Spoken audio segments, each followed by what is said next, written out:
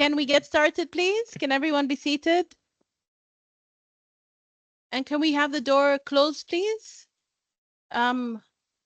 فاطمة ريما من فضلك الباب. الله يخليك. شكرا حبيبتي. شكرا دكتور. بارك الله فيك. All right. We're all set? Oops, doctor, sorry, I'm messing with your... Good afternoon, everyone. It is with pleasure that we welcome you all to this exciting kickoff event for our knowledge sharing initiative here at MCBS. Today marks the beginning of a journey that is aimed at enriching our faculty's collective teaching practices and enhancing the quality of education delivered to our students. We're gathered here today to embark on a series of training sessions and workshops designed to foster collaboration, share valuable knowledge, and develop practical skills among our faculty members, with the goal of creating a vibrant community of educators who are not only well-equipped to manage their classrooms effectively, but are also motivated to innovate and inspire their students.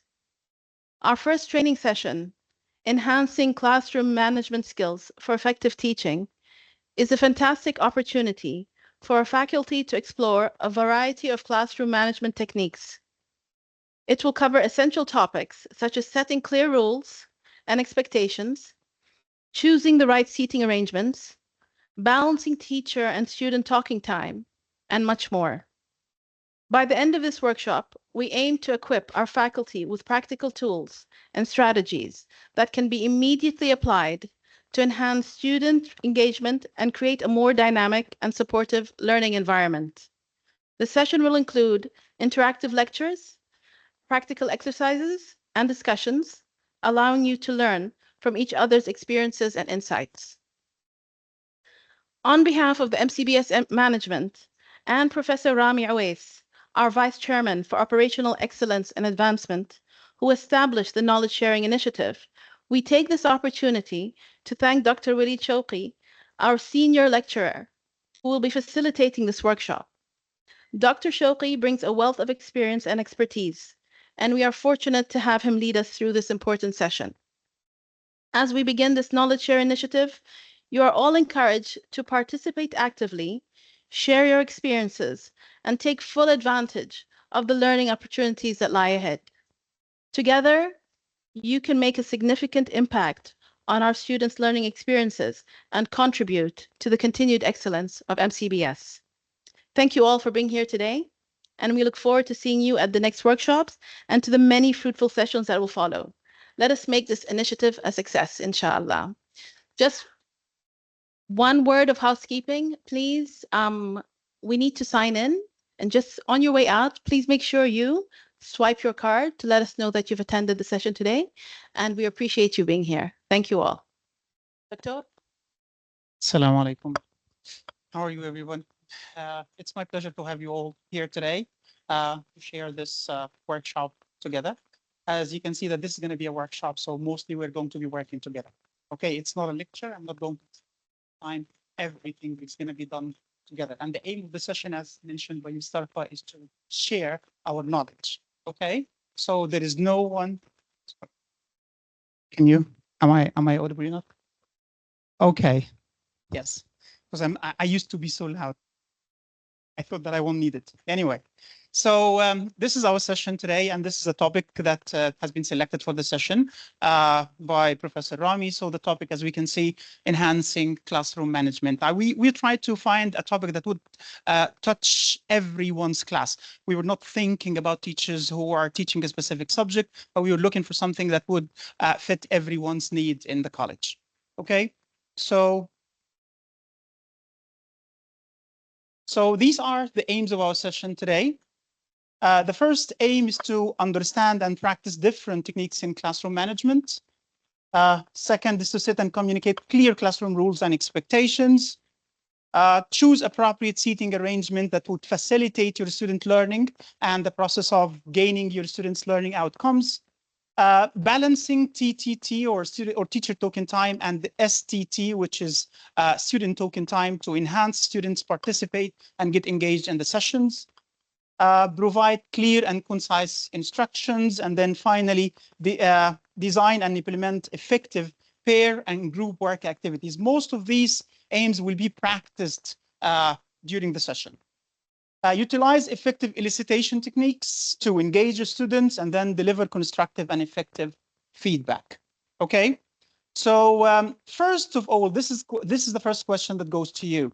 Can we acquire management skills? Some people might say that people are born as innate teachers, or they have the ability to or the skill to be managers from the day they were born. Some people say no, we can actually acquire and learn these skills. So what do you think? Do you think people are born with innate skills to be managers, to lead other groups, or we can learn these skills? Yes, both. Yes.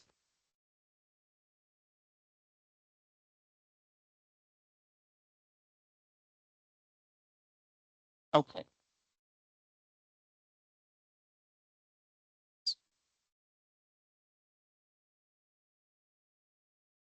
Very good. Thank you. This is actually what research also says. There is actually a debate whether teaching and management skills can be innate talents that are, inherited. They come with our genes. And we can see that some little children can actually manage and lead other groups since they were very young before they learn anything, while others need to be educated and they need to learn how to acquire these skills.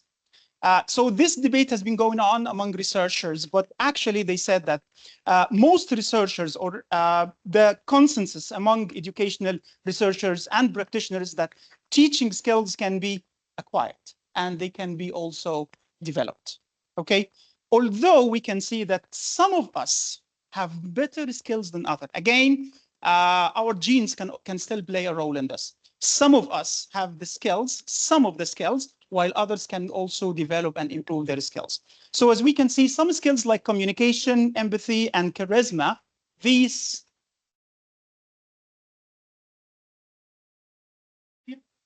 We have to keep it like this all the time?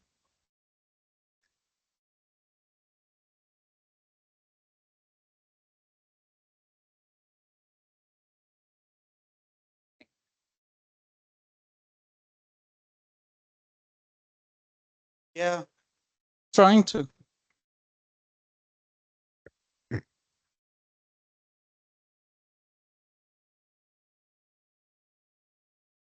Is it okay this way? Fine. Again, up. Weird, man.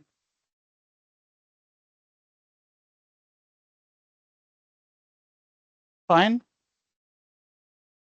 Okay. So, yep. So let's think about the challenges. I think this is too loud, right? Good. Yeah. Now think about the challenges. What are some of the challenges that face you in terms of classroom management? I want you to discuss these questions with your partners right now. So with a partner, with the person next to you, I want you to think of the challenges that you have in your classroom, okay? And what are the reasons behind these classroom management issues or challenges that we often have in our classes, okay? You have 1 minute to discuss this.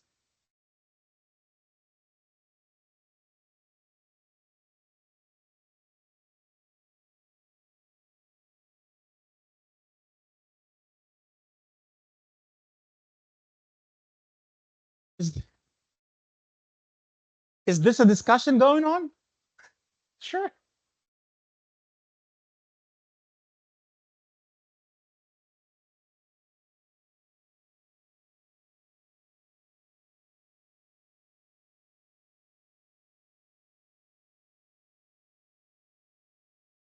Okay, yes. Can you just tell me some examples? What are some of the challenges? Yes, enough. Could you please? Excuse me? Time is over. Dr. Karima, time is over. Yes.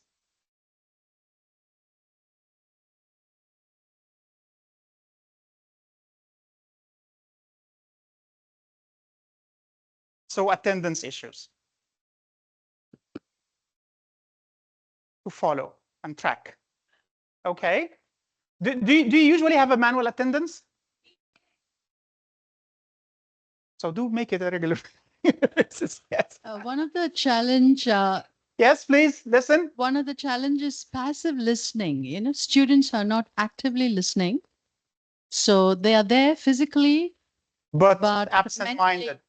They are either daydreaming or thinking of something else. don't understand because there's a gap in the language, Okay. the language skills. So attention, you think? Yes, attention.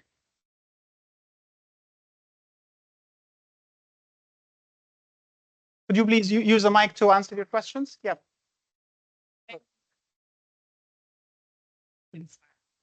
Again, please. The banning of cell phones for use during that 90-minute period. Yes. Thank you. This is one of the biggest issues that we have in most of our classes. It's the use of the mobile phones. So what do you think is the reason behind this? Why do you think your students use their mobile phones in class? Why? No. Raise your hand. Again, this is management issue. Okay? Yes. We have to set the rules before the beginning of each session, right? Or at the beginning of each semester. And this is what we're going to discuss now. So if you need to answer, please raise your hand. Yes, Dr. Jose. First of all, because they are not engaged in the class. Yes. Yeah. So the first issue we have is that because our students are not Again? Online, there are online comments. Okay.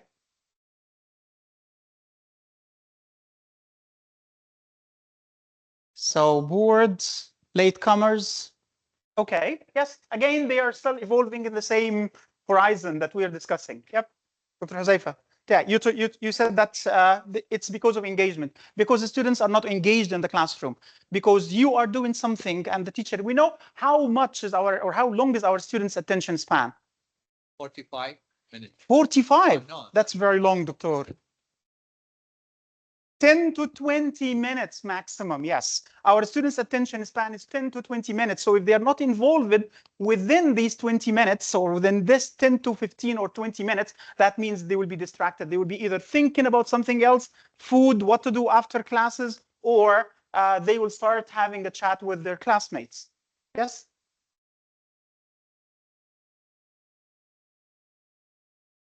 Yes. Thank you. Yes, it's having a teacher-centered class, or in the increase or the amount of TTT or teacher token time. Teachers spend most of the time in the classroom giving lectures, speaking, while students after 5, 10, 15 minutes, they will be distracted and they will totally lose it. So we know the reasons behind our students' management issues. And this is a definition which is given by Everson. And I want you to try to tell me what are the missing words to complete the definition.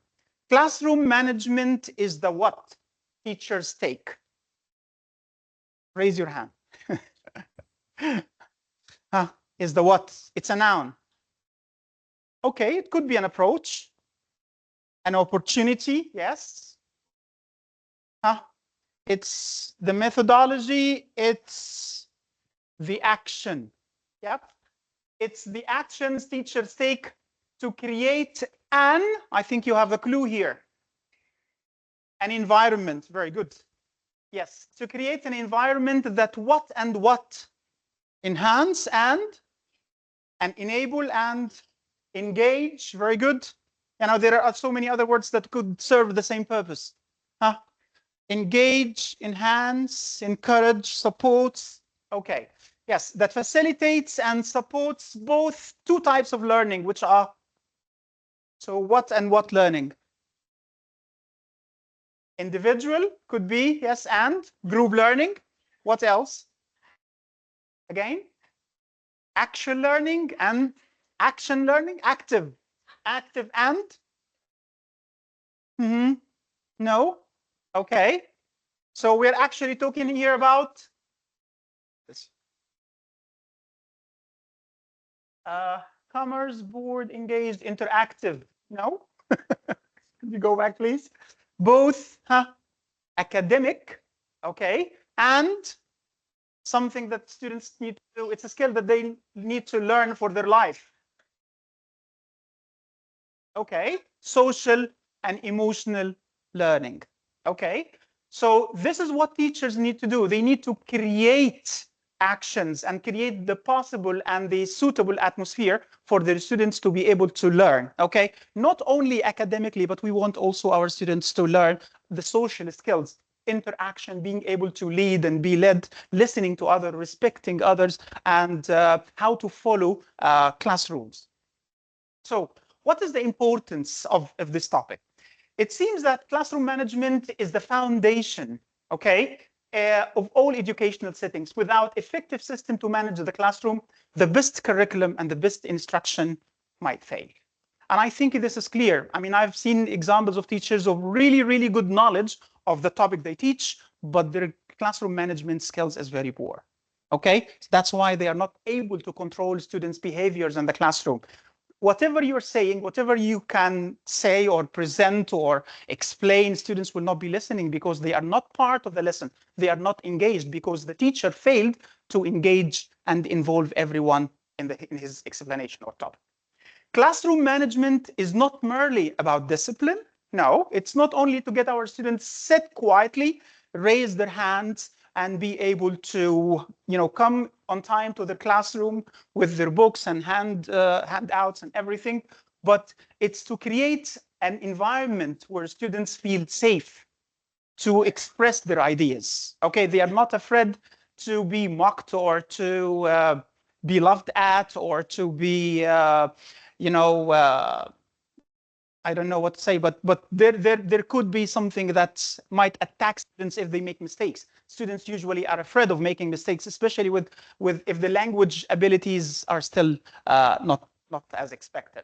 Okay, they also need to feel safe, respected, and motivated to learn. They need to have the freedom to participate and be able to have a voice in their classroom sessions. So what is the teacher's role? As you can see the teacher here, you know this teacher. He's from Harry Potter.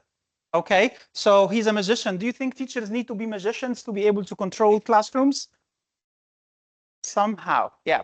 They need to do some stuff, but you know, magic is not one of the skills. But there are so many other skills that they need to learn. The first thing is to establish clear rules and expectations. This usually happens at the beginning of a semester. We need our students to know what are the rules that they have to they have to follow. What time are they expected to attend? You know, times and schedules, their behaviors in the classroom, respect of others, how to be part of a group, how to contribute in the class sessions. Creating positive and learning environment where everybody feels free to ask and participate and be engaged. Organizing the physical space. Sometimes the seating arrangement in your classroom does not facilitate the process of pair and group work activities. Students are locked in one area and they don't know how to communicate and interact with other classmates. And this is one of the topics and the points that we're going to look at in our session today. Building good teacher-student rapport. Yeah, this usually happens at the beginning of the semester again, when you start to introduce yourself, get your students familiar about the context, MCBS, you as a teacher. I always allow my students to ask me questions after I introduce myself in the first session. So what else do you want to know about me? Sometimes they ask questions about where did you study? Where are you from? Even do you have children or are you married? Questions like this. This is no harm to answer these questions. You get your students to know you and they feel that you're one of them. You can be a friend. Monitoring and supporting students. Okay, so during activities, teachers do need to monitor and make sure that every student is on track, working as expected or doing the task that they are requested to do. Managing classroom procedures and routine. Once you create the routine, you get your students used to it, and then it becomes part of everyday lesson. Encouraging engagements. We always have this shy student sitting in the back who is not always willing to participate or afraid of making mistakes. You need to create techniques to get these students engaged and participate in the session. Modeling desired behavior. Never tell your students to be on time when you often go to your classroom 2 or 3 or 5 minutes late. Never tell your students that food and drinks are not allowed in the room when you always go into your room with your cup of coffee or tea in your hand. So if you are giving rules, if you're setting the rules, you have to model these rules. Adapting to individual needs and groups. Creating activities that fit the needs of different students. We know that our students' learning styles are different. We have some auditory, visual, kinesthetic learners, and most teachers think that because I learn in this way, my students will also be learning in the same way. Because I'm a visual learner, you tend to create most of my activities in a visual style, like creating PowerPoint presentations, using illustrations and pictures, but that doesn't mean all your students are the same. If you are a visual learner, you may, and you most possibly have some students who are auditory, who are kinesthetic, who are logical or mathematical learners, and they need to think, okay? So try to provide your activities in different ways that fit these different needs. So it's time for questions and setting class rules and expectations. I want you in pairs to answer these questions, okay? Do you set rules in your class? When? What are these rules that you often set, okay? What is the importance of setting these rules and how do you maintain these rules throughout the semester? Could you please discuss this with a partner? You have 1 minute again.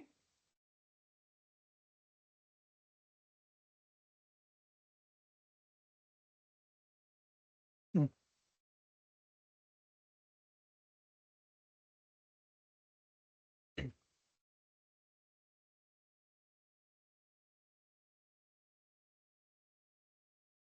Hmm.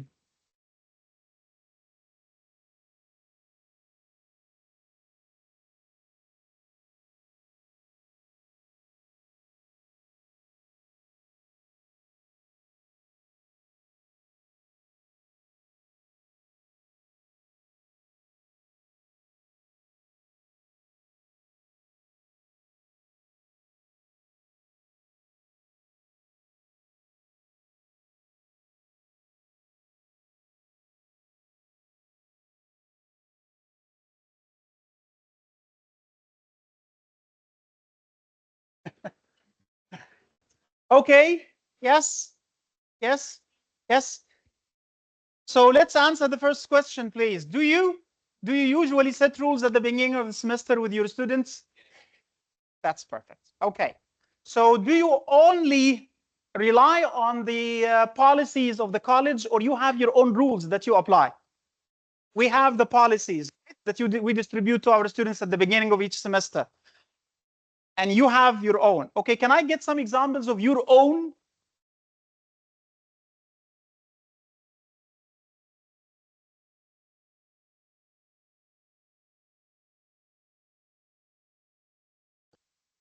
But for people online, for the online people who are attending, yes. Problem. We discuss the time that when we are going to have exam and we need to deal with it, and also to get agreement what is the best time during the semester, and the rule of submitting the assessment, and to take into consideration that plagiarism, to avoid plagiarism, yes, and also attendance. We also talk about attendance. This is part of issue we rise. We can give my. So let's see what people online say. At the beginning of the semester, I remind them whenever one breaks the rules, I follow up and encourage those who go practice. Students are discussed policies from college, making expectations with the students. Okay, so they discuss the policy and they make expectations. Perfect. Okay, so can we go back? Yes. So what do you think is the importance of setting these rules at the beginning? So we know the rules and we set some rules. Do you usually set these rules, or you would get your students involved within the process? Yes. Why? Why do you think it's important to get your students involved in the process of setting the rules? They feel, yes, they feel responsibility towards these rules. Okay, they participated in making them, and now they feel that they are important. They have to reinforce and follow up with these. Okay, so do you maintain these rules? Because usually we are restricted towards the beginning of the semester, and then when the semester goes on, especially towards the end, everybody loses control. Does this happen? Do you keep maintaining these rules? We keep reminding. Do you sometimes need to edit or change some of these rules? Yes. Okay, yes. So, yes.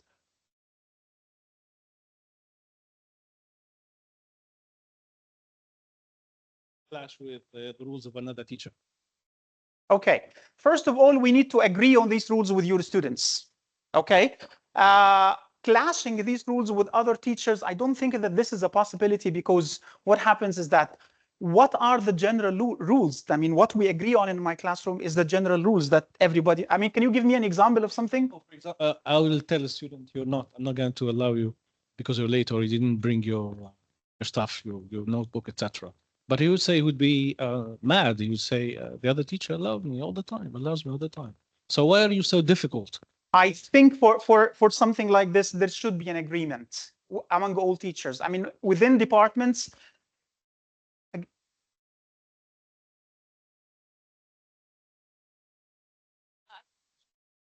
Yeah, I do not share my personal info. Actually, said earlier, it's like building a relationship with student. Yes, it's a relationship, but it's not a personal relationship. Exactly. It should I be totally like agree. like limitation for that. I do not ask them personal questions, and they are not allowed to ask me personal questions as well. There is a difference because they are not. I'm sorry. It's okay. Because they are not in like in a school anymore. They are in college. We're preparing them to work. We're preparing them to be adults. So they are pre-adults. They're not child, and they're not like adults. They're pre-adults. So one of the things, yes, the personal info. I do not share my number, but they always like insist that others are giving them WhatsApp groups and whatever. But I do not do that. Yes, I always don't do that. So I think for these kind of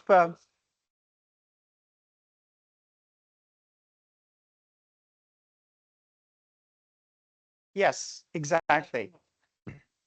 This is what I mean. I mean, these general rules should apply to every class. We need to have a consensus. We need to have an agreement within our policy that this is what need to be practiced in our classrooms. That every student is not allowed to go into our classrooms, as Mr. Maz mentioned. Students are not allowed to go into class without a book and pen and a notebook to write on. We have encountered some examples of these students or careless students who usually come to the class with nothing, and then they sit and watch the teacher, and they are unwilling to do anything in the session. Yes, Dr. Ahmed.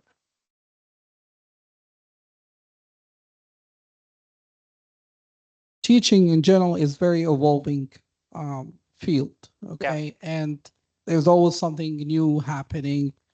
And so I would like to ask everybody to share challenges that they're experiencing with their colleagues so that maybe the people who are in charge can take them to the top management to update, for example, these are challenges, because sometimes we might not be able to cover everything, at a point of time. So if we talk to each other and we make sure that there's a communication happening between the teachers, the HODs, and then they pass all these challenges and problems so that we can update our practices, our rules, our procedures, okay? So always try to share because this will definitely make sure that we are up to date. We're trying to listen to everybody and everybody is contributing to the process. Exactly. Thank you very much, Dr. Ahmed. Yes, I totally agree with Dr. Ahmed, is that whenever there is a management issue that need to be shared and you think that you are the only one who is applying this rule,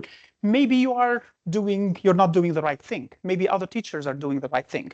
Okay, so you need to share this with your HOD, and HODs will be in a better position to communicate this with everyone and make it a general rule that applies to every class.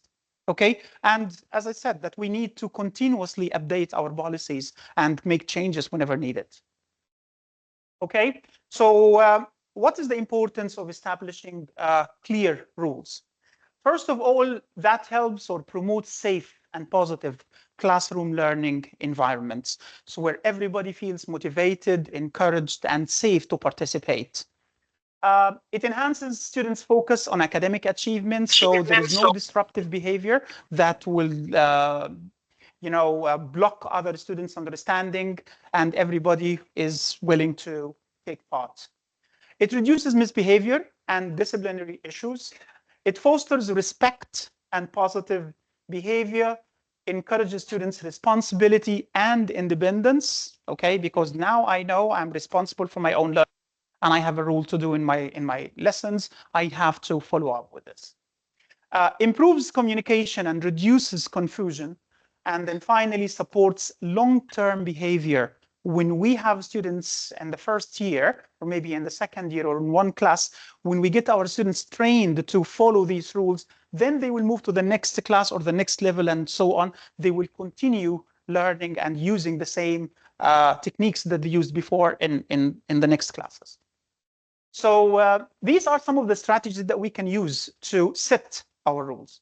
The first thing is to involve our students in the process, okay? Because the students need to know, why are we setting these rules? What are the advantages? Why are you asking me to do this, okay? Students need to be convinced that this is for their welfare, okay? Make them clear and short. You don't need to have a long description of each rule or each expectation. Just make them short, clear, and concise. Provide a rationale, as we said. while discussing these with your students, make sure that they understand why are we applying or setting these rules. Model the expected behavior, of course, and sometimes you might be asked to put some visual aids, like a sign with no food, or be on time, or raise your hands when you want to answer a question. Establish rewards and consequences. Yes, in some classes and in some departments, I've seen that students who have been following the rules, and there are, I mean, for us, for example, in the foundation program, we have marks for classroom participation. So that means students who are actually attending classes on time, participating, bringing their books, active in the classrooms, they get some marks. They get marks up to 5 marks, I believe. Yes. So this is important to be reinforced during your course. Involve parents. Yes, it's important to share these policies and these rules with the parents, because some parents might come and complain, and they may say that I don't know about the 20% rule. If my student misses 20%, they will be AW, or they will not be allowed to take the final exam. These rules has to be communicated with parents as well. Review and adjust from time to time.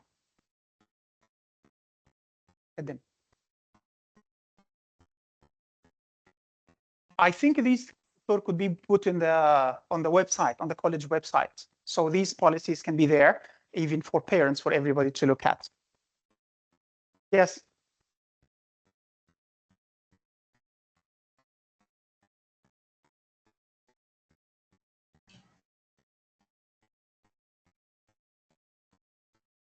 Of the classes or plagiarized, they say, oh, we didn't tell me. Oh, I don't know. So it's a good idea to let the parents know about the rules also, so that they become accountable. But I have something to counter this. Okay. If we are trying to develop these students to become adults, are we supposed to tell their parents about this? I mean, if we continue treating them like kids, they will continue being kids. Also, there are some exceptions. There are some exceptions, if I may say. Like, for example, if students who are coming in the evening, master student, and there are coffee and tea provided there, and sometimes also they bring their own food. So it's embarrassing to tell them, don't bring your coffee in the classroom. And also, most of us also I carry my coffee to the classroom, and they can also bring, but also to make sure, there is no short meal or burger or whatever, but there are some exceptions we can use. I just also want to go back to setting up the rules. I think it is very important for the lecturer to show at the beginning of the class his seriousness of carrying on the course, and also the course plan, timely plan, and to make sure that assignment will be on time. Thank you. Okay, thank you. The area of involving parents, my idea in this is that most students, when they finish high school and they join college, they believe, or they have the tendency that college life is so free. I don't have to adhere to anything. Okay, I'm now a young man, and I can come whenever I want. I don't have to bring books, and teachers don't have to force me to do anything. And that's why it's important sometimes to involve parents and let them that these are the expectations of your son, and then at least don't come at the end of the semester and complain that your son failed because he did not attend most of his classes. I believe in this, so we might agree or disagree, but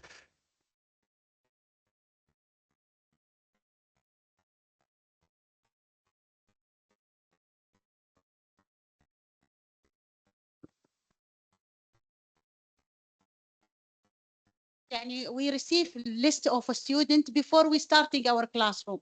So it is good to know our student, to know what is their level, where is their weakness, you know, based on their result, their achievement. So will help us to guide them, because one of the problem that we might face, we have different level of achievement, and this different level of achievement, it create big problem during the classroom teaching. So while we know them, we can also create environment that we can mix them. We can mix one of the technique that we can mix a high achievement, low achievement. So yeah, this is going to be part of peer and group work activities that we're going to go to visit later. Okay, now could you please use the handouts here?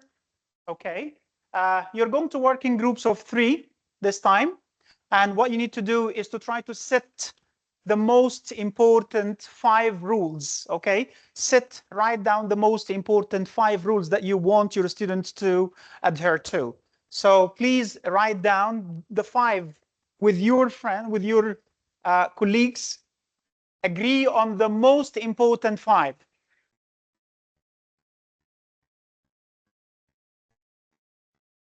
Two minutes. 2 minutes.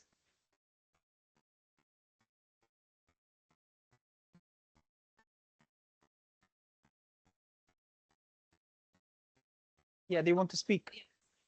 The problem is the time. Now everybody is speaking, and now these people are speaking, and I don't think I'll be able to finish everything. Yeah, I don't think we will have enough time to engage everyone. I have enough with this.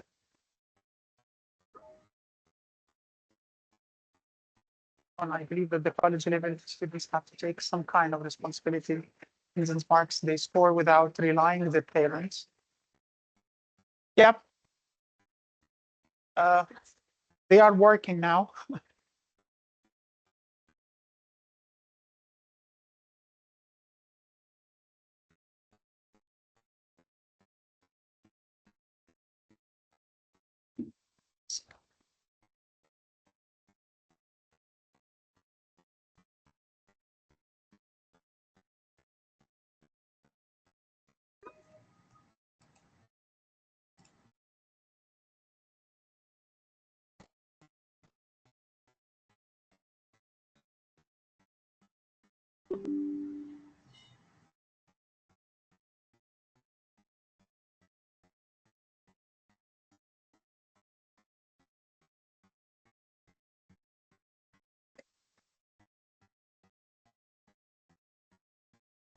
Our colleagues online, Tell them that we will not be able to take in their audio comments. So their written comments, you can accept because it's limited.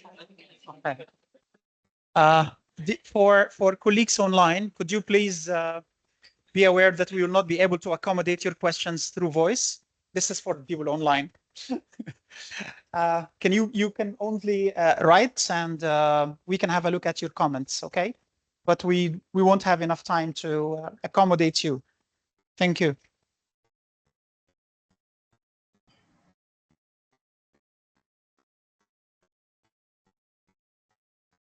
Okay, yes, let's get some of the most important rules. Okay, participation. What would you say? How would you frame it? Asking questions. Where is the rule? Okay, raise your hands if you want to ask questions, for example. Follow deadlines. Yes, I would agree with this. Huh? I will repeat it, Doctor. Go. No phones. Yes, mobile phones are not allowed. Okay. Again. Respect classroom timing. Yes. Be punctual. Yes. Yes. Take notes during classes. Going between is not allowed.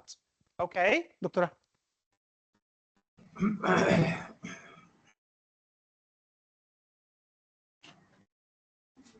Okay.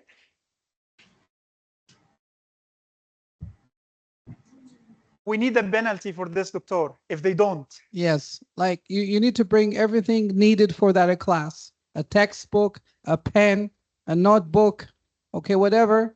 And if they don't? Then, they need to find maybe another place, not the classroom. Okay, yes? Yes?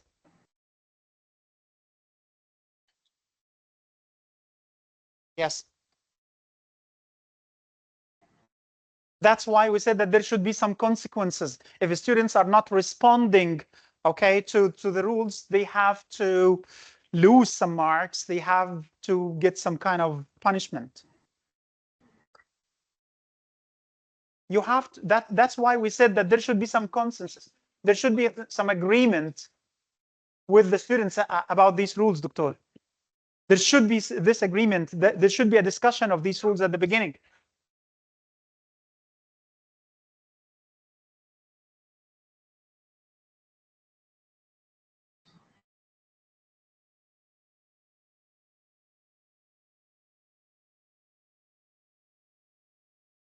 Well, I won't accept any of my students saying that to me. First of all, I think there will definitely be a punishment for somebody saying something like this. Yeah, if we are talking about general rules that apply to every class, yes, I would agree that this needs to be discussed on a general scale. Yeah. What about if the student challenged the lecturer and they said, okay, you set the rules for us. What about if we set the rules for you? Again, as I said, we don't send the rules to the students. We discuss and agree on the rules with the students.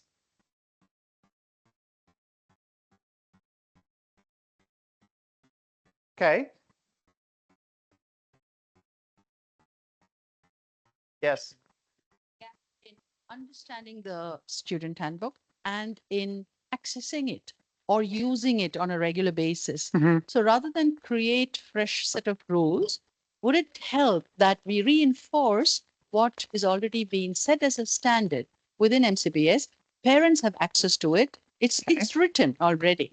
So if we emphasize it and emphasize and explain it, then we don't need to set these individual classroom rules that the students can defy. Or that's why I say not to follow. that we have to agree on this. With these, they have to be discussed, explained, clearly modified, and set to your students so everybody knows what is expected of them. Yes? Through punishment, bro. Losing marks, for example. Why not? If we have dedicated like 3-4 marks for classroom participation and students are not following the rules, they will lose these marks. What's the problem with that? I'm under fire. من منتجعات المراعي. Yes, فيكم شارك عمل شير وكتب بالتعليقات جاوبنا على سؤالنا اللي هو ايش في I just want to comment on what Ms. Sarah said about punishments. الحمد لله ما شاء الله صادق Could you please?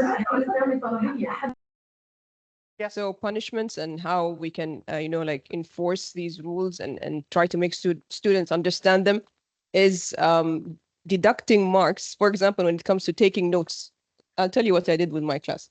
I always told them that it's very important to take notes, especially that I teach a literature class. It's a discussion-based class. Not everything is slides that I, share with them. So I make sure that I say things in class that require them to take notes of.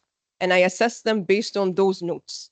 So the first time they didn't for the first test. The second time they realized that, oh no, taking notes is important. So they did it. That's one way of getting them to, follow the rules. Okay. Yeah. Anyway, I'm happy that I touched this heated topic. Okay, I know that there are so many discussions that need to go on, but we need to. Doctor, just yes, one comment, regarding students not following the rules. I think sometimes we take for granted that the students will just, understand the rules just because we are saying the rules. I think if we, as you said before, if we explain the rationale or the logic behind why we're doing what we're doing inside the classroom or outside the classroom, maybe they will understand and they will respond positively. Yes. So we need to explain and then provide a rationale for this. Okay. Because of the time, let's move to the next topic of today, which is seating arrangement. Okay. I want you to think of the seating arrangement that you often have in your classrooms. Okay. And answer these questions. Okay. How do you arrange seats in your classroom? We often have a seating arrangement already set in our classrooms. Do you usually keep it as it is or make changes? Okay. And is the one that you use effective or no, and why? Can you in your class see everyone's face? And can everyone in the class see your face? Can all the students see the board or the screen? Can they see one another? Can you as a teacher go around and monitor everyone's performance? Can the layout facilitate students' activities like pair and group work? Okay, yeah, think for a minute about your own classroom setting and tell me which one of these things that you think you don't have in your class. Whether you can't see the students or students cannot see each other.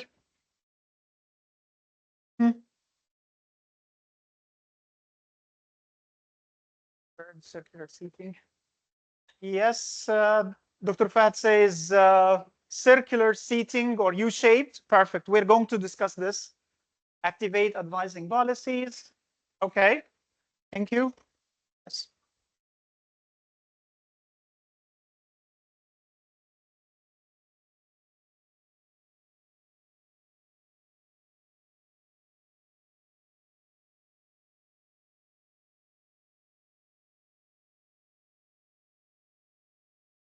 So are you happy with the seating arrangement? Do you make changes or you keep it as it is? Which floor? Yes, I agree with you. There are some rooms where the seats are fixed. Okay, so you cannot play around. You cannot make any changes to these. Yes, yes, Doctor.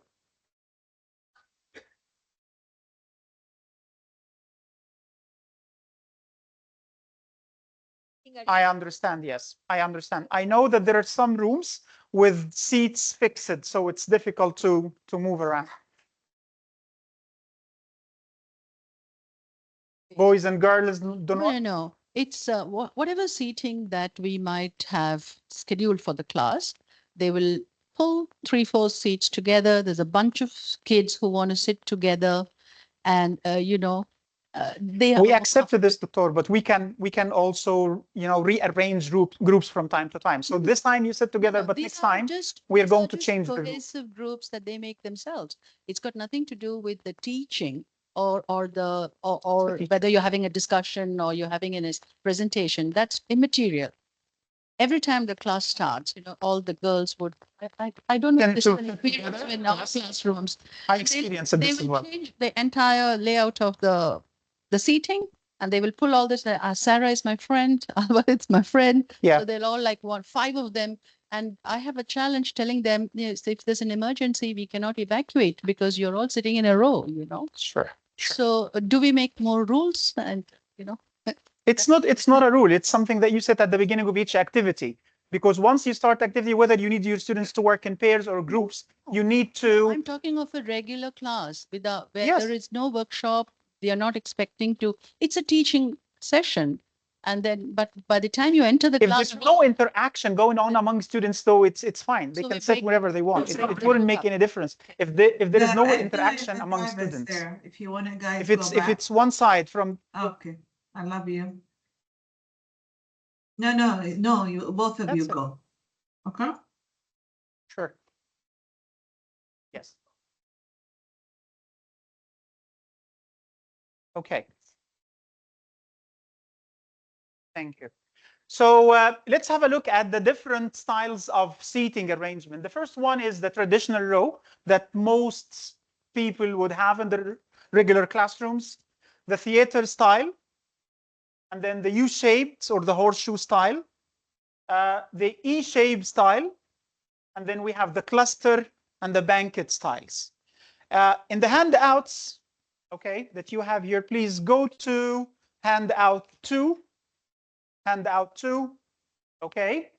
And I want you to discuss with your partner in two, okay, what are the pros and cons of each one of these? Okay, could you please write only one or two for each one of them? Okay, the pros and cons of each seating arrangement. Okay, hand out two, please.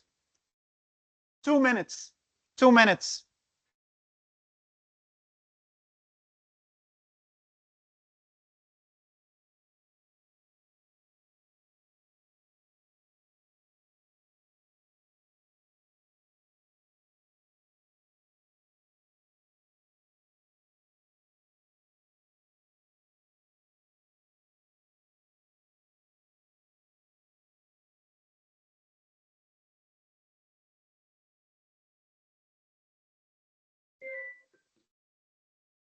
Anyone, Sophie?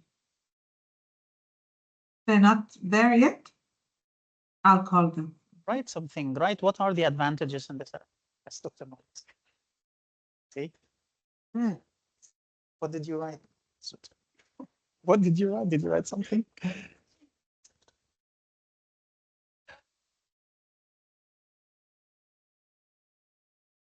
Okay.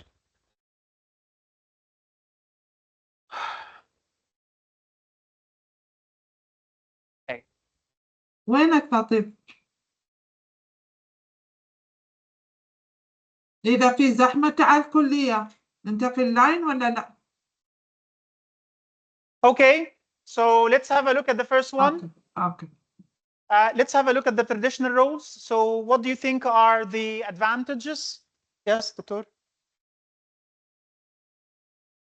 Yes. Every student is accessible, so the teacher can move around easily and they can monitor and visit students' desks. Okay, especially in lab classes. Any other advantages? Everybody, yes. This kind of teaching context actually makes the teacher and the board as the main focus, the main attention. It's very suitable for teacher-centered class. Okay. Yeah. So traditional roles encourage focus on the center or the teacher and the content, which is usually the board or the screen. It also it's good for teacher-centered classes we mentioned. It's easy to implement, especially if you have a large number of students. Students with behavioral problems can be placed in front. So if you have a student here, we usually bring them to the front so that you can keep an eye on them. It's easy for the teacher to move. Okay, so you can easily move around, see progress.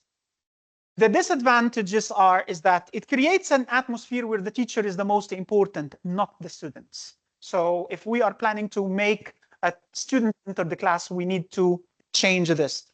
Another disadvantage is that some students can easily be disengaged, or students at the back can easily be hidden, and they might be hiding behind the students in front of them, using their mobile phones or doing something. Okay, as we see in some workshops, people usually come and they run to the back chairs. Yeah. It discourages interpersonal communication. Yeah, so it's difficult for students here to work in pairs or in groups. Okay, it's not easy to observe students, especially those who are sitting in the back and the middle rows. Okay, the theater shape. Okay, what are some of the pros? Advantages? I think for this kind, you can accommodate as many number of students. I think you can have a large number of students in this seating arrangement. Again, the teacher is the main focus. It's good for teacher-centered. Okay. Yes, yes. It's good for communication, but not for group communication. It's only good for pairs, okay? Individual and pair work activities, yes. Okay, so you can have maximum seating capacity in each room. Students can easily see the action area and the teacher, the board. It could facilitate individual and pair work.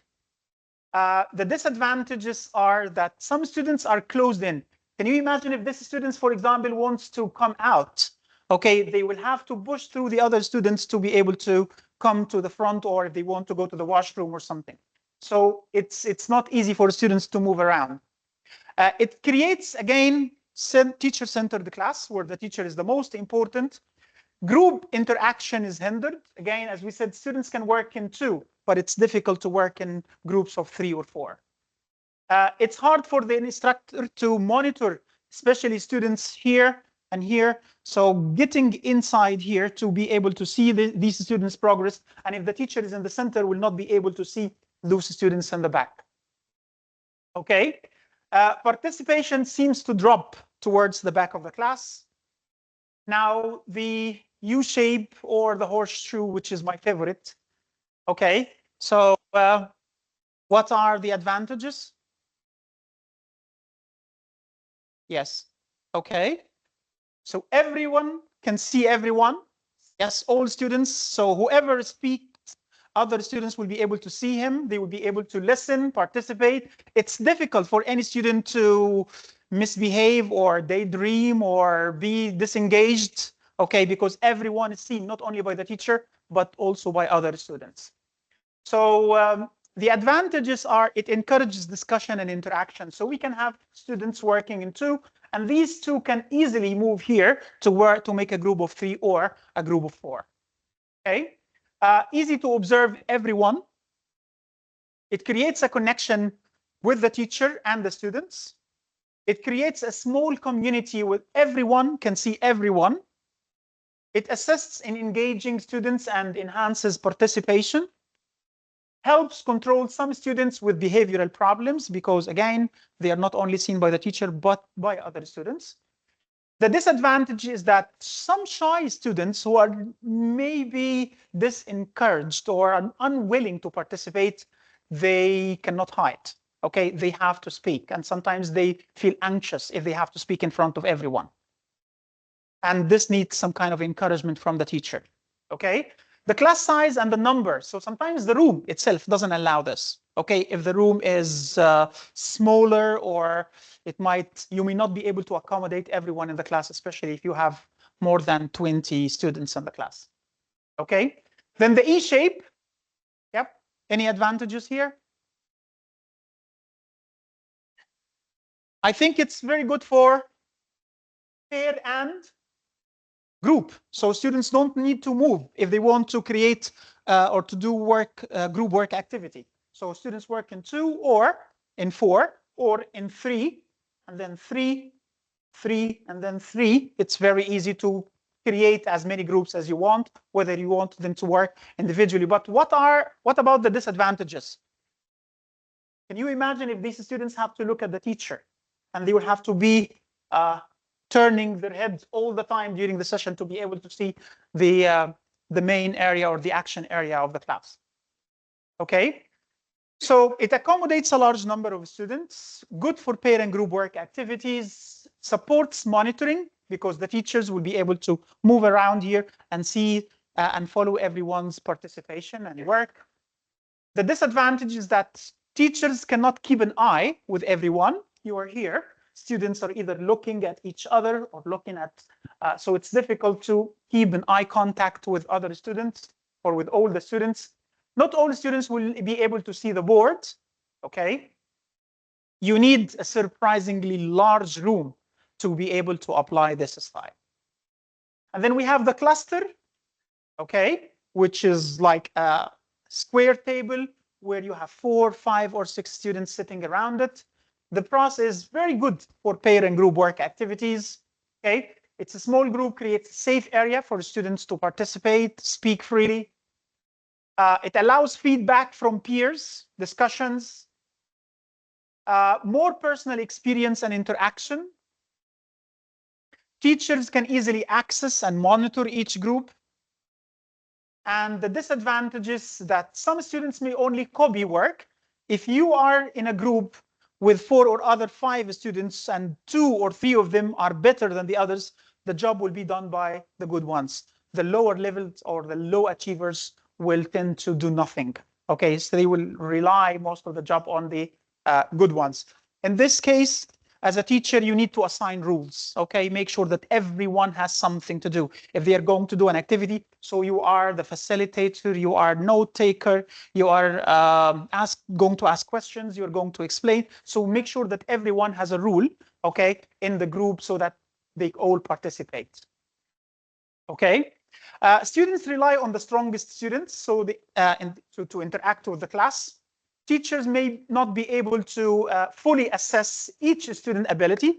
If it's a group work, it's difficult to know that this student has a problem with maybe structure or grammar or explanation, because you are getting an outcome from the full group, okay? You will not be able to know which student needs what kind of assistance, okay? Similarly, the banquet style, okay? It's almost the same advantages and disadvantages, okay? So now, can you tell me which one is your favorite? The first one, the regular, okay, the traditional, the U shape.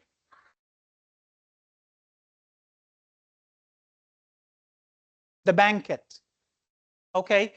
Well, it actually depends on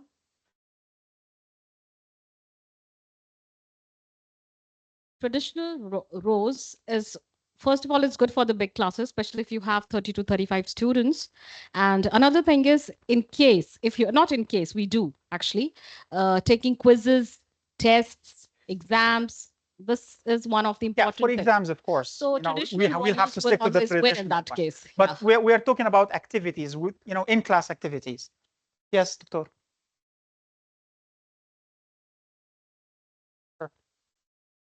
Let's go back to the traditional style. Yes. I don't know, but I just want to share an exercise I do during lecturing. I move around. Sometimes I move quickly to the end to wake up student. Some students fall asleep sometimes.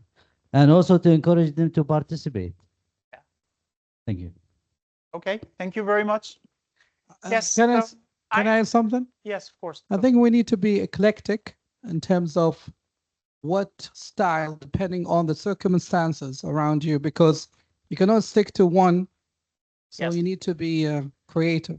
Well, sometimes we need to change the dynamics of the classroom. So don't stick to one seating arrangement for the full semester. Try to change. And again, that depends on the kind of activities, whether you want your students to work individually or in pair or in group. Okay? If you are planning to have a group work activity, depends again on the number of students in each group. If you have a group of 3 or 4, so for example, if you have a group of 4, you might have the banquet maybe, or the cluster style, or could be the E shape. If you would like students to work in pairs, you can use the theater or the traditional rows if you get these two seats next to each other so students can work in pairs. And if you want individual or projects or presentations, I think the U shape would be the most appropriate. Okay, so depending on the kinds of activities that you are applying with your classrooms, you need to select the right seating arrangement. Okay, now moving to the next part, which is related to TTT. Do you remember what is it? Stands teacher talking time, and STT, student talking time. Okay, do you usually have these complaints? I feel exhausted after class. My students forget whatever I say. My students hardly participate in my class. They keep using mobile phones regardless of warnings. And whenever I ask a question, they feel lost. Do you sometimes have some of these complaints or all of them? Yes. Do you know why? Yes, again, because of TTT, because you spend most of the time talking, okay? And again, as we mentioned earlier at the beginning of the session, that our students' attention span from 10 to 20 minutes, no more than this. So after 20 minutes, they will automatically get distracted, okay? Well, the mind, this is a quote that says that the mind is like a muscle. It gets tired after use and must be rested. It's not designed to be consistently occupied. So the average attention span is only about 10 minutes, okay? So after 10 minutes, make sure that your students are doing something, not only listening to you. So please don't do like me now. Do not speak okay, more than 10 minutes. Yep. Our job is to create rooms filled with the students' voices, okay? It's not a good idea that you are the only voice in the class. So not to be the main voice. Excessive use of talking or teacher talking time can lead to a passive learning experience for your students where they become disengaged and they miss actual opportunities to practice the language and to express their own ideas. So whenever you have an opportunity to give the floor to your students to participate and speak, do not wait and give them, provide, because especially when we're talking about language teaching, our students have opportunity only here in our classrooms. These 2 or 3 hours they spend in the college is the only opportunity to practice the language. Once they go outside, it's difficult. So if we don't give them ample opportunity in the class to practice, they will miss the opportunity. They won't be able to use the language. Okay, so it's very important, as we say, to balance teacher talking time to student talking time. The majority of the talking should ideally be done by the students, not the teacher. Okay? Teachers should aim for a ratio, like 20, 30, 40, 50 maximum % of the class. Okay? That allows ample time for students to speak, reflect, and engage. So how can we balance? First of all, the teacher's role here is to provide instructions. You don't need to do the activities. You don't need to explain everything to your students in the class. What about things like, for example, only providing the instructions for activity and let students do it? You sometimes, if the activity is too challenging, you might need to model it. If it's a pair work, a group work, if it's a report, you can just show a model and then get students to do it. Facilitating discussions. So you raise the questions, get students to start, and then you move around, let them do most of the talk, only guide and make corrections whenever needed. Monitor their performance, make sure that they are on the right track. Checking their progress, okay, if they have achieved what is expected, and then at the end, providing feedback. Okay, so what are the benefits of increasing STT? It's student engagement. Students are part of the lesson, okay? They are either explaining, discussing, asking questions, and helping other students. Language practice, of course, critical thinking whenever there is a question or a problem that they have to solve, and classroom interaction dynamics. So you throw the burden of teaching, standing, and working for hours to your students. So you end the class with a resting voice. Strategies, okay? Pair and group work activities, of course. Yes, Doctor? STT, student talking time. Yes. Pair and group work activities. Again, rather than you do the job, get your students to do it. Okay? Student-led discussions. Flipped learning. If you have an activity, if you have a chapter, if you have a book or a reading passage, get your students to prepare it before coming to the class, and then get them to stand here, and each one of them would explain one part. Let other students comment, ask, and so this students, you know that this is the best strategy for the students to retain the knowledge when they explain it. If they receive the knowledge, they tend to forget, but if they explain it to someone, they say that this is the best strategy to retain knowledge. Okay? Use of elicitation, rather than giving the answers, elicit the answers from your students. Interactive activities like games, debates, peer teaching, role-playing, all these are activities that would help students participate more in class. And then try to create differentiated activities that fit individual and different student needs. Okay? Well, this is a practice exercise for you. It's not here, but this is something to take after the session. It's a recording.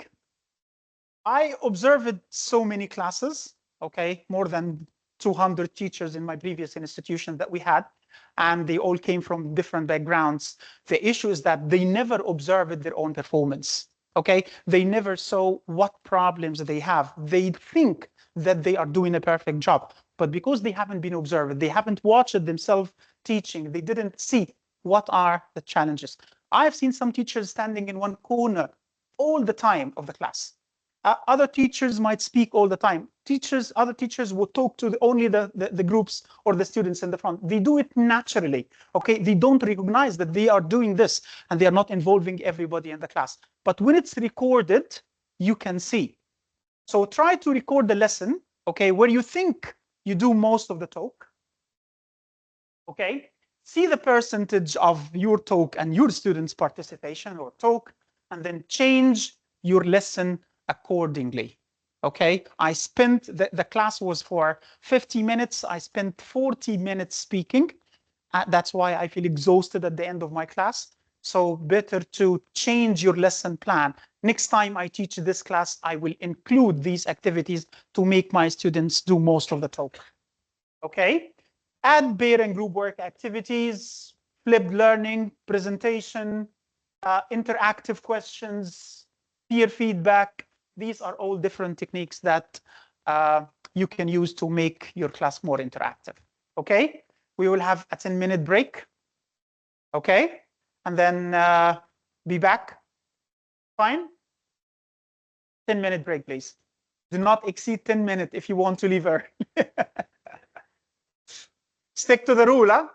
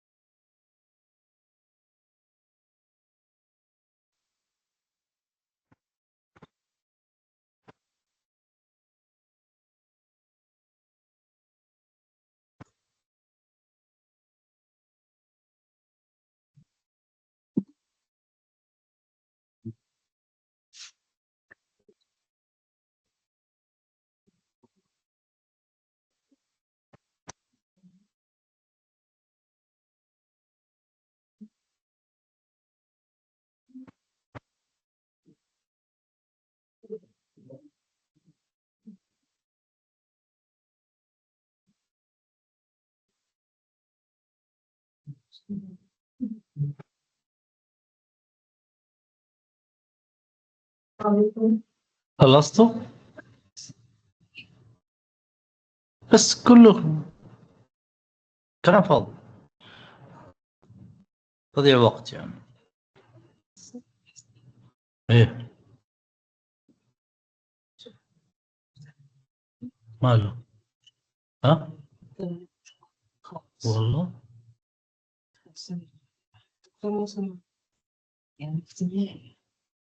لا، راجل مضايق، راجل مضايق، لان انا كلمته يوم ما قدرش ما اكلمه. كلمته قلت له دكتور كذا كذا كذا كذا، يعني احنا سينيور واحنا. قال لي والله، قال لي والله مش عارف.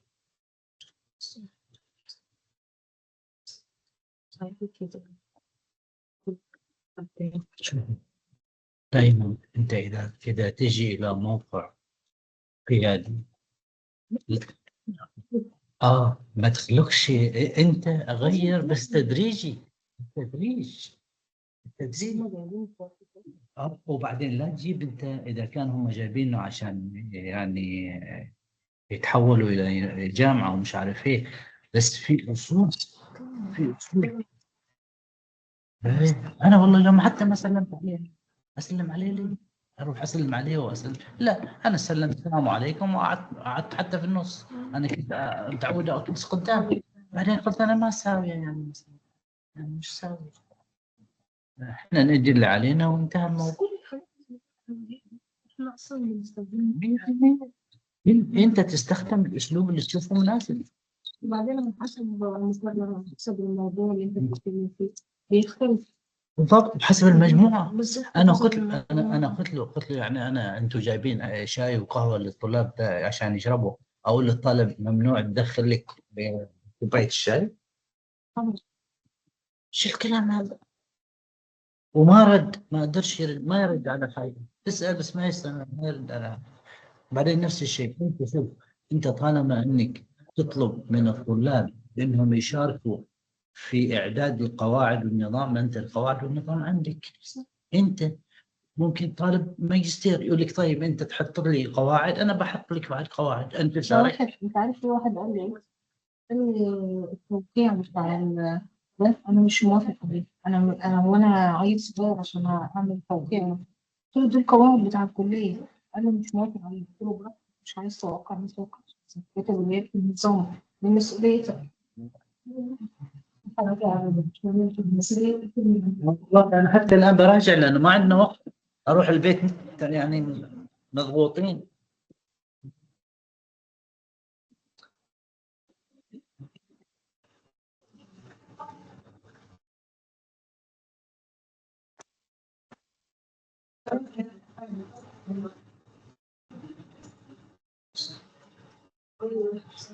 شوية من اللي ما موجودين اسمع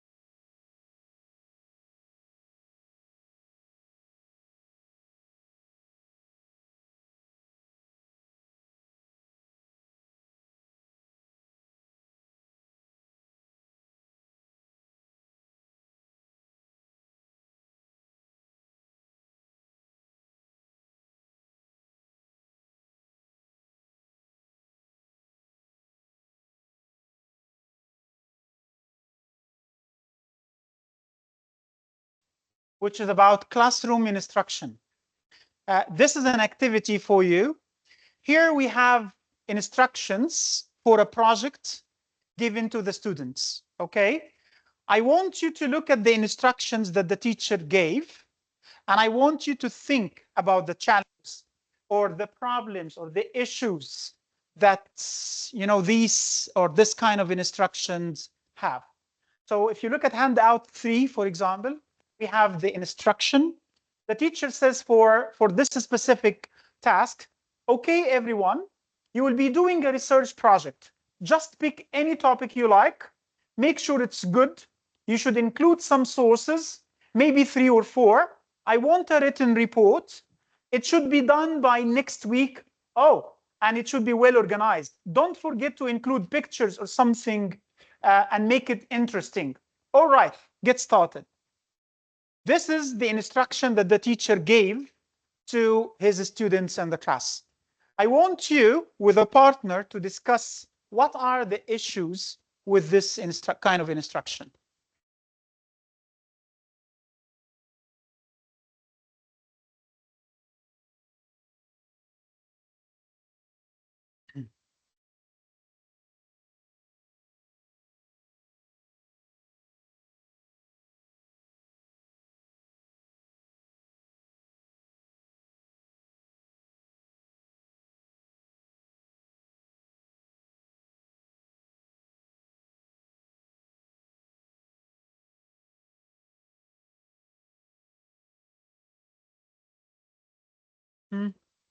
It's here. It's written here.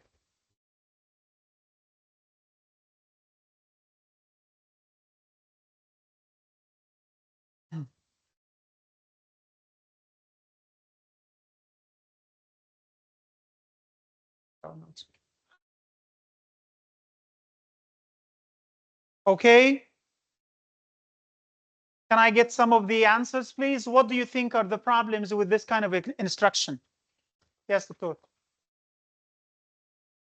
Yes. They are not focused, not specific. No expected outcomes. Students don't know what do you mean by good or well organized. Yes, yes. It's just write a report. What is this report like? Yes.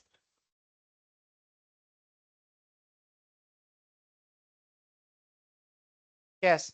What is the evaluation criterion? Okay, how are you going to evaluate my report or my presentation or whatever the topic I'm presenting? Okay, you say it's good. Good in what sense? It's not timed. Yes. If you look at the time that the teacher gave here, a week. Okay, you have a week. So, or next week. So what do you mean by next week? Is it Sunday or Thursday or, and the time frame is not enough. Okay, if you're asking students to get a project that big, you need to give them more time. Another important thing that it's not structured. Okay, and there is no any kind of support from the teacher. What are you as a teacher going to help me with? Okay, so are you going to, for example, have a look at the topic and then agree on the topic and then the introduction and then we discuss the introduction, then we move to the body and the conclusion, or what is the structure? How are we going? What kind of support will you give us? Okay, so the first thing here is vagueness. The teacher, as we can see used words like just pick any topic. So that, what does that mean? Any topic is acceptable? I don't think that would be okay. Yes, again, he used the words like it's good, make sure it's good. It's well organized, okay? Make it interesting, okay? What do you mean? What is the criteria for making it? Shall I make it funny? Okay, shall I add an anecdote? Shall I mean, how can I make it interesting? What's the criteria for evaluating interest? So it's, first of all, it's vague. There is no structure, no sequence, not in the project and not in the instructions. When you give instructions, you expect to give one bit of instructions and get students to understand it, do it, and then move to the next part. Rather than giving everything at once, then students will forget where to start and where to end. Lack of criteria. Again, words like good means nothing to the students. Okay. Inadequate time frame. You say next week or you have a week. So what does this mean? You said next week. Next week is not enough to finalize a project. Missing support and resources from the teacher. What resources are we going to use? Are we allowed to use the internet? Do we only have to use books, articles, or do we need to go to the library? Are there any topics that you would suggest? No support or help from the teacher, okay? And no ICQs, okay? Instruction check questions. So you didn't check whether your students understood the instructions or not. You give the instruction and then you move on, go ahead. So this is what usually happens when you give instructions and then after 2 or 3 minutes you go around and you find out that your students don't know what to do. That's because they did not understand the instructions and the instructions were not checked. So after giving instructions, you need to stop. Okay, what are you going to do? How many stages is it? How much time do you need to do this? When is the deadline? Questions like this would help the students make sure that they understand what is expected of them. Okay, so how can we give clear instructions? First of all, we need to make them simple and clear. Okay, this is what you need to do. This is the time frame. This is the rubric that we are going to use for evaluation. So it has to be clear for everyone. It needs to be logically sequenced. So choose the topic, send it to me, then we will discuss the topic. Once we agree on the topic, we move to the introduction. Before you finalize your PowerPoint presentation, send it to me. Okay, I will have a look at it and then we can agree on what is there. Relevant to the context, yes, students need to see a connection between the task and the learning outcomes. So you ask students to do a project. How is this project lead to the learning outcomes that we are supposed to learn? Verbally and visually explained. Yes, try to verbalize whatever you say. You can also give them in a written format. You can use PowerPoint presentation or send the instructions to your students by email or Teams. Okay, it has to be modeled. Students need to see what is the expected outcome looks like. You say that this is a good project or this is research. So what is it like? Send us a sample that we can look at and know that this could be a good one. Check for understanding. When you finish, ask questions, make sure that they understand the instructions. The criteria of evaluation should be clear. And then you need to provide a clear time frame. Okay, so the next activity. Yep. Okay. Of course. Yes, you need to tell students, yeah, this is one of being clear, okay, which referencing style that you are expecting your students to use. Common pitfalls. In this part, we have most common pitfalls or mistakes that teachers make when they give instructions. And then we have a definition in the next column and the solution to this challenge in column 3. So please individually, okay, try to read the pitfalls or the mistakes, match them with the definitions, and then match them with the solutions. Yes. Date and time submissions of assignment need to be specific. Yes, thank you, Dr. Fahd. Yep. Okay.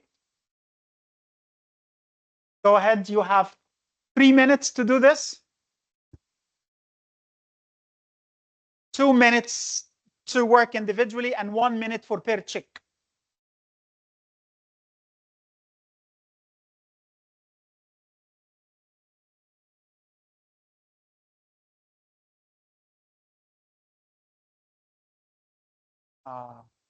Modeling.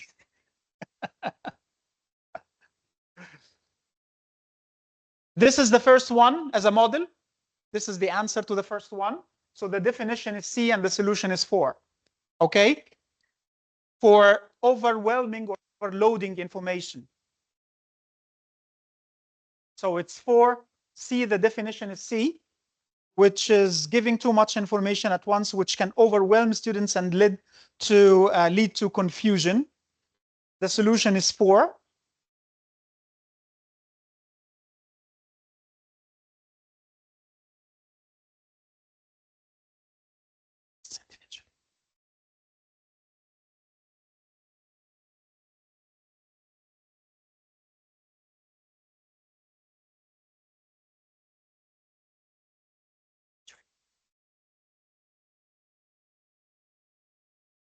Oh, there were many. You need some? Right. We have extra here. You're most welcome.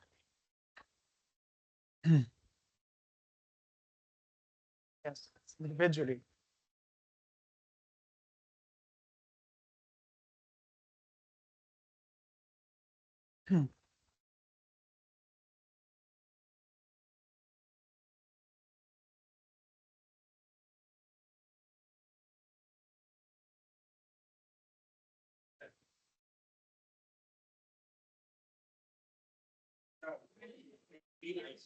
Three I. Yes, the definition is I, and the answer is 10. The solution is 10. Yes. Don't forget that there are some in the back. There are some on the other page, huh?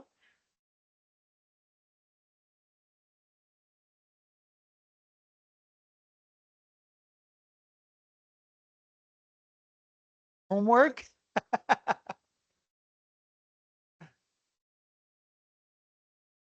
Homework.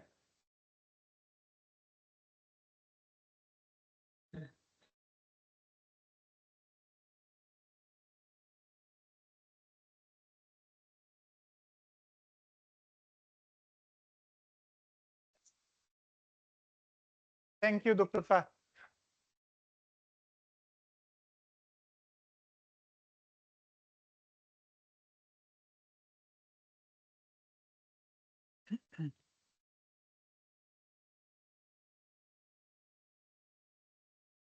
Okay, now check with a partner, please. Check with your partner. Check the answers with a partner.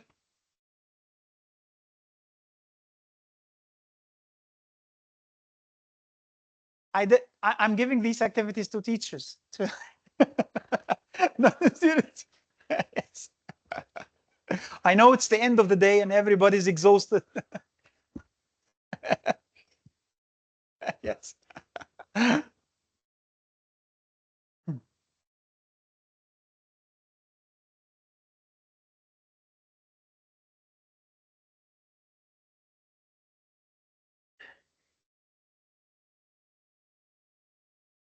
Okay. Done. 5 F, yes, and 8. Good.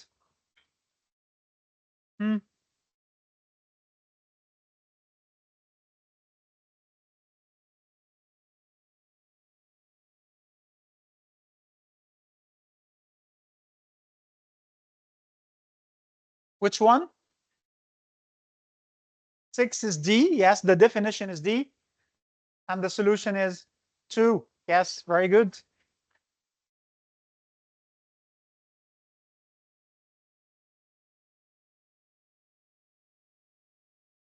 What about 7? Inconsistent expectations. E, yes. Inconsistent expectations is E, the definition. And the solution is? The solution is on the next page. 9. We are talking about 8. Yes, 9. Anyway, here are the answers. Here are the answers. Okay. So can you quickly give me solutions to some of these challenges now that you went through all of them and you know what is the solution? So overloading information. Okay. When teachers in their instructions give a lot of information at once. So what is the solution to this challenge? Yes, Dr. Ahmed? Visual. Break it down into smaller chunks. Yes. Using vague language.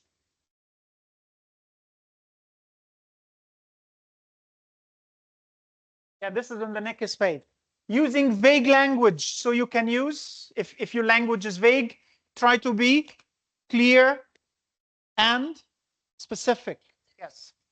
Assuming prior knowledge. So you come to the class assuming that your students already know this.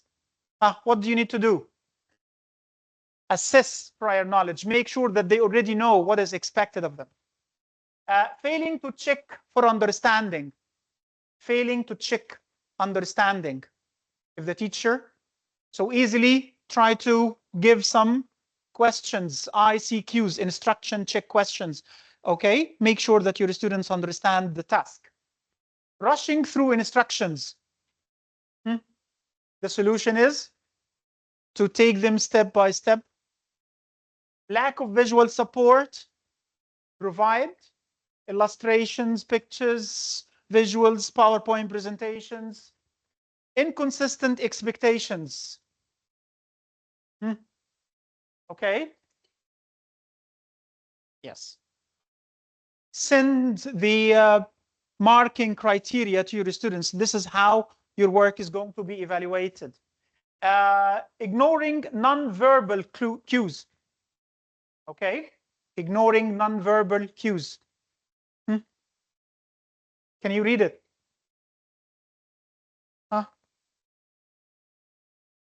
It's 5.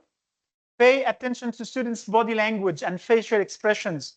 Clarify instructions if students appear confused. Okay, so as a teacher, we always can see if your students understand the task or not. We can see the expressions on their faces. Once you notice this, try to make sure that they do understand. Overcomplicating instructions, make it simple. Okay, not setting a clear time frame. Make sure that the time frame you give specific and enough for the task to be completed. Okay. Now, pair and group work activities. Do you usually do this? Well, I had a discussion during the break with some of you, and they were complaining that these activities may not really much apply to their classrooms because they tend to lecture. Okay, so do you think we can use pair and group work activities even if you would like to, if your session or your topic necessitates lecturing? We can.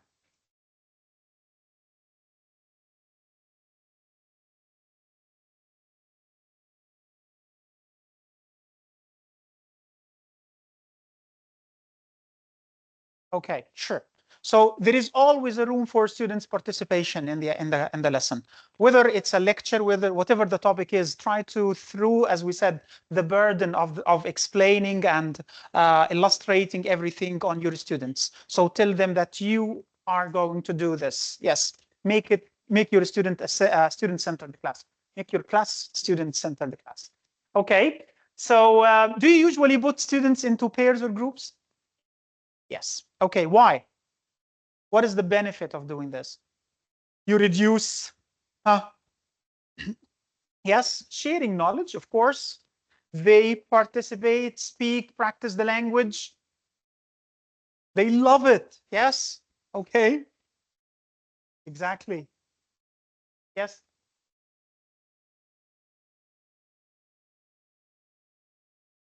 Some of them might explain to others. Yes. Okay, if one of them doesn't understand the topic, they can get the answers or can get other students. And sometimes other students might explain the topic better than the teacher. Okay, they understand each other's mentality. Yeah.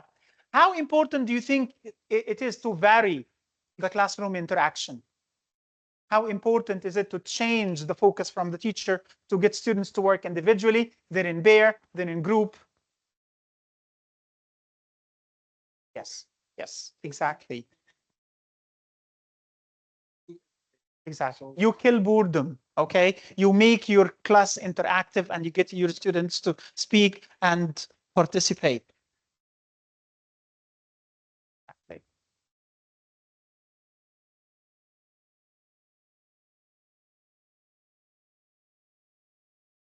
Sure. Okay. So the importance of pair and group work first of all, communicative teaching reinforces the importance and encouraging the use of pair and group work activities. Yes, this is the main aim and goal of communicative teaching, getting your students to discuss, explain, and illustrate the topics and the whatever you are explaining to them. In the next activity, you're going to work in groups of 4. Make a list of lessons. Why do you think they are important? I would skip this part, okay? This activity on page 6 because of the time. Move to the next one, which is, I believe, more important. Yep. Before we move to the next activity, we need to reinforce that interaction is the means and the goal, okay? It's not only, we do not get students to interact because we want them to reach a product. No, communication in itself is a goal. We want our students to communicate. We want them to share their voices and discuss and explain and show their interest in the topic. Learning is task-based. They learn through doing, okay, rather than listening. Communication is more important than accuracy. When students participate in pair and group work activities, they don't care much about the language they produce. The most important is the delivery of the message. They want to understand and be understood by other group members. So they don't care. They don't worry much about my pronunciation is correct. I have to say use have or has or is or are. This is not the main goal. My goal is to get my colleagues to understand what I want to say. Authentic materials are frequently used because students use the materials that they have in the real life. Whenever you ask them to provide a topic, they usually have different resources. One of them could use social media, the other one can use a magazine or a book. Different means of authentic materials can be used in the activity. Multi-answers are possible, yes. Rather than individual, they think together and they produce something new. We always change our minds when we listen to someone else giving an opinion. Mistakes are part of the learning. It has to be accepted. Everybody needs to understand that it's okay to make mistakes. We are here to learn and to make mistakes. If we don't make mistakes, we won't learn. Learners have more speaking time, of course, okay? Changes the pace of the lesson rather than the teacher is the focus all the time. Moves the spotlight from the teacher to the students. Allows students to mix with everyone. They know each other. And one of the challenges that were mentioned a few minutes ago is that students tend to work with the ones that they like or their close friends. But it's important to change the dynamic, change the groups, change the pair. This time you work with the one on the right hand, the next time you work with the one on the left hand. This time you're in this group, the next time you move to another group. So you need to mix with everyone, know everyone. Sense of achievement when reaching an overall goal, a group goal. Teach students how to lead and to be led within a group, how to listen and respect others' opinions. Allows the teacher to monitor and move and really listen to what's going on in their class, within the groups. So if the students are going on or working in a group, you can go listen for some time and then give notes, then move to the next group and so on. Okay. Now you're going to work alone in this activity, page 7, activity handout 5. This is a paragraph, okay? And you need to put the lines in the correct order so the whole paragraph makes sense. 3 answers are already given. If you look at the table at the bottom, these are the answers. So you're going to put the answers here, okay? Number 1, 6, and 12 have already been answered or are given as an example, okay? So what you need to do is to look at these sentences, try to put them in the right order to make a paragraph, okay? Of course, the paragraph is about pair and group work activities. Another 3 minutes.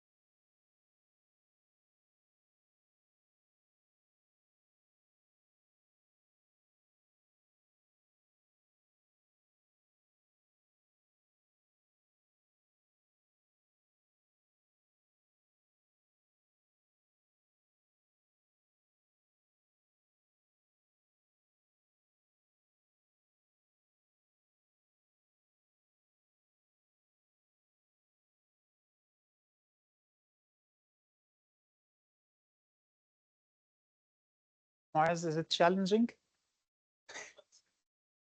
You cannot find number 2? 2 is A. Yes, good.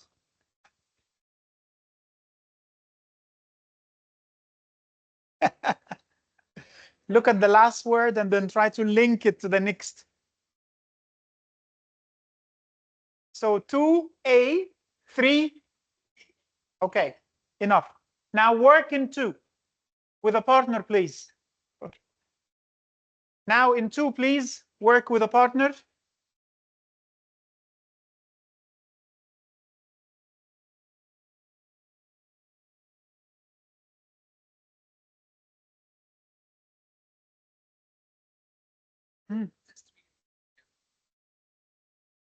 Wow, you're doing well.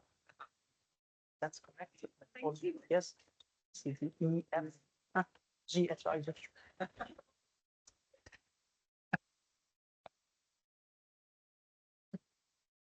Hey, how's it going? A, B, C, D. Good, good. No, it's correct. Correct. Yeah. Yeah. No, not C. Not C.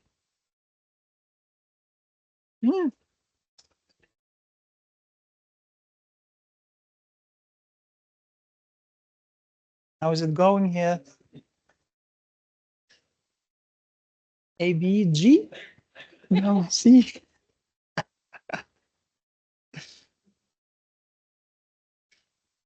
Oh, you're getting the idea, correct? How is it going? What? Well done. Good job. I'm proud. Thank you. Thank you. Now, in groups of 4,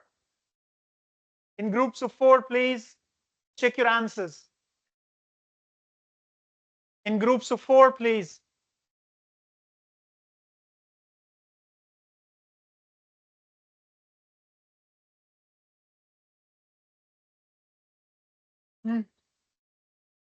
You don't have one. Why?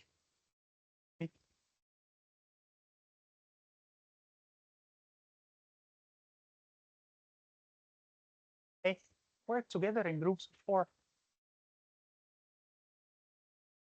You see, the seating arrangement doesn't allow for group work, right? It's challenging. It's not easy.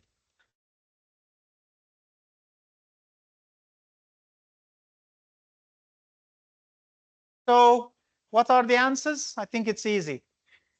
A, B, C, D, E, F, G, H, I, J, K.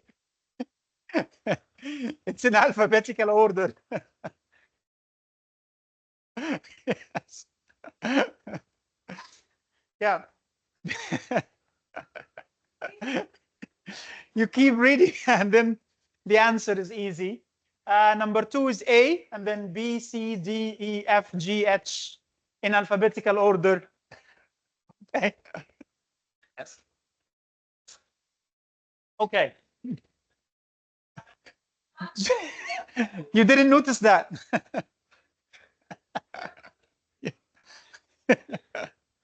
Okay. Now, I want you to think back of this activity. How many stages did we go through? How many stages were there in this activity? The first one was individual, and then pair, and then in group. So we call this kind of activity what? Think, pair, share. Yes. Okay. So this kind of activity would help students to first come up with their ideas and then discuss with a partner and then work in a group to come to a conclusion. Okay. What is the benefit of this kind of activity? Sharing information, collaboration, discussing ideas, helping each other, teamwork. Yes, and enhances communication skills. One of the most important things that you need to worry about or think about when you create pair or group work activity is that to make sure that there is a real interaction going on among your students during the activity. If there is no interaction, just like what happens in many activities, that the teacher would just give students questions like multiple choice questions, A, B, C, D, and students will answer A, B, C, D individually, and then they check with a partner without speaking. There is no real reason for a student interaction. Make sure that in your activity, students need to speak. Okay, like in this activity, they need to discuss which one is the most appropriate. If there is no reason, okay, we're only copying answers from each other, then there is no, our pair and group work activity failed to do the purpose. Okay, there must be real reason for students to communicate during the activity. You know this kind of activity? I almost do it with every reading passage with my students. We call it jigsaw reading. Okay, when you divide your essay or your topic or your research or your paragraph into 4 parts, okay, and you give each student 1 paragraph to read, they read it, understand it, and then they come to present it to the group. Okay, and then you ask the whole group to comment or to answer the overall questions about the reading passage. Have you ever tried this activity? Yes, I always use it. It's very interactive. And I believe me, students like it, and they really have to understand every word, okay, because they are going to close their book and then explain the paragraph to the full class, okay, or part of the essay. It's very important that they read and understand. This is the only time when I ask students to do this activity is that they come back to me and they ask about every single word they don't understand, because they know they have to stand and they have to explain it sometimes to the full class. Okay, yeah. In this kind of activity, we make 4 large groups, and sometimes we divide students into A's, B's, C's, and D's. So I divide the essay into 4 paragraphs. You are A, and then B, C, D, A, B, C, D, and then ask all the A's to stand, and then explain, and or form a group. Within the group, they discuss. Sometimes I collect all the A's together to explain, and then all the B's and the C's, and then they go back to their other groups and then explain them again. Okay? Yes. Sure.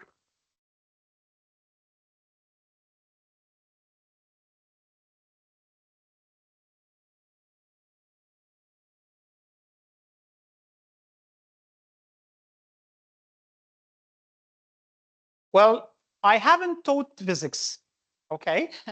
But frankly speaking, that's one thing.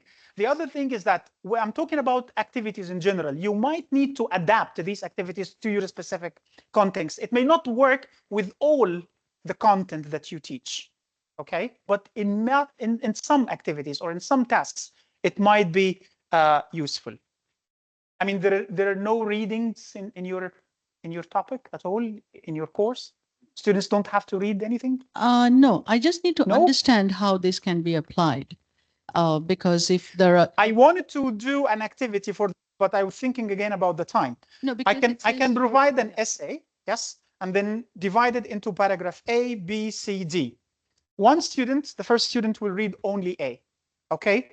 Read it, fully understand it, be ready to present it to the class without looking at the book, okay? Same thing with B, C, D. When they're done, ask. No, I can't get my head around the fact that you're teaching something technical. The student who is reading it probably doesn't understand it themselves. And in such situations, when we're teaching credit courses, how applicable is this? That's my question, you know? So we'd like, there's problem solving, there's statistics, there's physics. So again, I'm talking from a language teaching perspective. Yeah, that was the question. Yes. Thank you. This is true. But I'm thinking about the activity that can be applied in any reading passage that you're doing with your class. Okay? I think, I believe that there must be some kind of reading in any course. Okay? And you can apply this activity.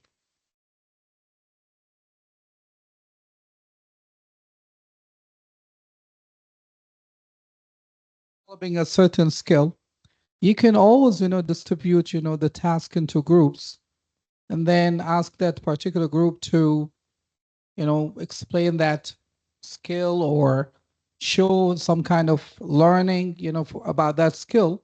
So I think this could be applicable for any any aspect.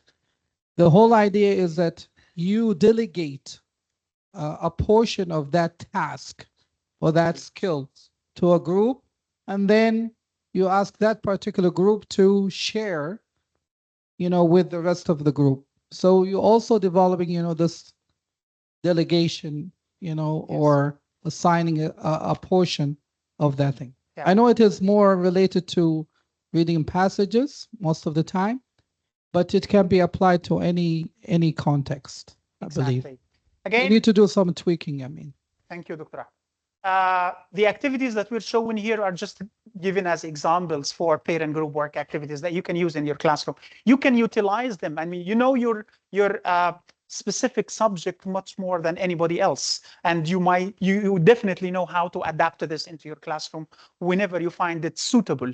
Okay, so you know what to do and when to do. These are just some ideas that you can make use of. Yes, Doctor. Yeah, Dr. just Anik. very quick. Our syllabus normally they contain course learning outcomes, and based on the OQF framework we're following, normally the course learning outcomes are arranged so that always the first course learning outcome is on knowledge, and then you have skills and you have competencies, and the knowledge part, I think this is very important. So many of us, we prefer to do lecture because that's the easiest. Actually, that's the laziest. We don't have to prepare all these activities. You just go. You don't plan. You just go and then discuss topics, and then the time ends and we leave the room. But I think this is a very good way of because our course learning outcome normally they start by saying the student will be able to, and then there's a verb. So it's sometimes I find myself so satisfied that I leave a classroom and I felt like, ooh, I did a very good lecture. So in the process, I learned more, and the students did not, because the students did not do anything. But the course learning outcome requires that the student do it themselves. Yeah. So if we do this, for example, instead of me lecturing to students, defining concepts to them, why don't I ask them to read the concept, discuss the concept, and then explain it. Let them explain to each other to other so groups. that I don't have to do it myself. I let the students do it, and then maybe at the end, because we need to assess their understanding, not that they have not. We don't want to assess what they remember you said, but we want to assess whether they understood the concept. Yes. And I think this is wonderful. Thank you. Yes. Yeah, I totally agree with Dr. Renee. I mean, we have the activity. You can utilize it in the way that you like, according to the topic. Okay. I think, Dr. Walid, you pointed this earlier about the concept of flipped classroom. Yes. Basically, what is usually done inside the classroom should be done outside the classroom. And I think this is part of graduating students who are independent, the ownership. Okay. Yes, exactly. So if we trust our students, if we talk to them about why we're doing what we're doing, I think they will get it. Of course, there will be students who are lazy or not willing to learn, but we should not shy away from trying those, because the majority or most of our students don't like to do that. We need to maintain doing the right thing, regardless of what the majority thinks of my class. Yeah, thank you.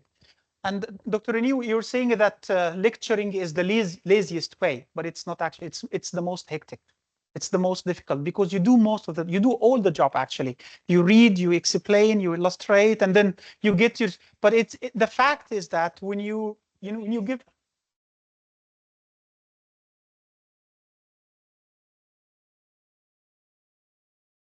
Yes. Yes. You talking for now. Yes. Exactly. Yes. Okay. So now let's look at the challenges. Some of the challenges that teachers face when it comes to pair and group work activities. Some students quickly switch to the first language within the group. Okay. Especially if they're all Arabs. So all Omanis are all from the same language. So once they work together, they start using the first language. They often make too much noise in the class. The other challenge is sometimes they might get bored, especially if the task is too easy or too challenging. Some students may not participate because they know that the good ones will be doing the job. Some students, again, if you are pairing two good students, they might finish before all the other groups. And some students may not understand the task. So what do you think are the solutions to these? This is your task in the next activity. Go to handout 6, page 8. Again, in pairs, look at these challenges and think, how can we solve these challenges?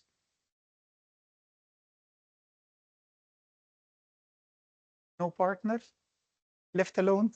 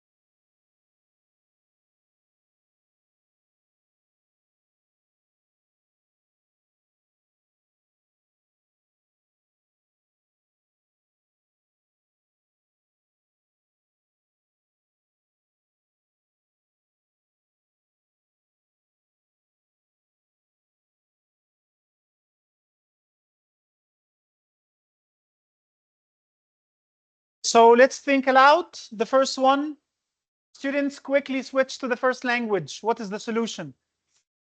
Yes, Dr. Hafs.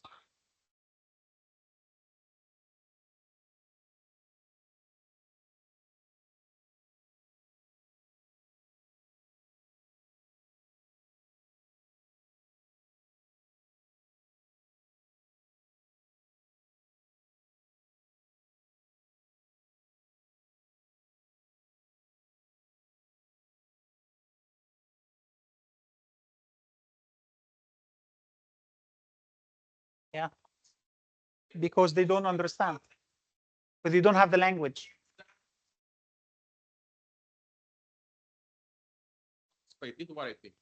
Okay. I would agree with you, Doctor, but for a period, for a short or a smaller chunk, only until you understand what is the task. If the teacher is explaining in a language that you do not understand, that some students may not understand, they might seek explanation from other classmates. But then the actual activity has to be done in the target language. They should not be allowed to use Arabic. But we believe that the medium of instruction here is English, so everybody should be using English. Victoria, I would. the microphone is here. Use the microphone. For people online, please.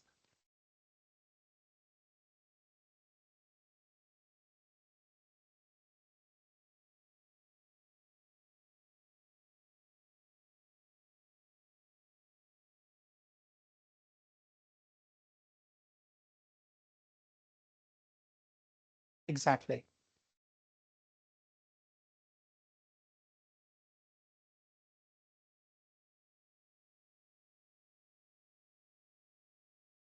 Thank you, Doctor. So what is the solution? We didn't get to the solution then. Okay, if they are all Omanis, and this is the majority of the students we have, they're all Omanis. I mean, very few are. Yeah.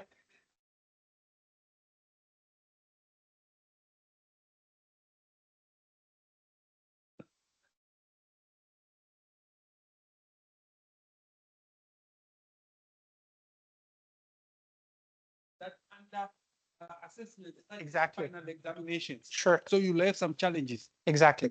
So again, any suggestions, solutions, please? I'm not giving a suggestion, but I have a question that you're saying this as a problem, But from my point of view, I teach at a government school, English government school, Nusaiba Bint Khab, and I even teach over here business and marketing. So I'm not teaching English. So language is not actually, of course, it's not the medium of instruction in your course. It is in the medium of instruction, but for me, more of it, they understand. Like when I'm teaching them what is a sole trader, what is liability, what is unlimited liability. For me, it is important that they understand these terms and implement it. Okay, so, what if they understand it in the first language, but they cannot express their ideas in the second language? So isn't it good? Like if one of the classmates, like I didn't understand, and she explains it to me in Arabic, and now I understood, and now I can write it in English in my assignment. Only writing? If you're not able to express it, to speak about it, you will not be able to write it. Yeah. You have to have the knowledge here first, okay, in the target language before you translate it into a script. But then we even have to consider these girls are 100% Arabic medium, 100%. And now English is something we are really introducing to them. Okay. It's a big challenge. I know. It is a challenge, and that's why I'm seeking answers. Yes, we do accommodate that for instructions, they should at least understand them in their language. But when it comes to writing, they should speak in the language in which they are assessed. So again, after you will find I will go a step further.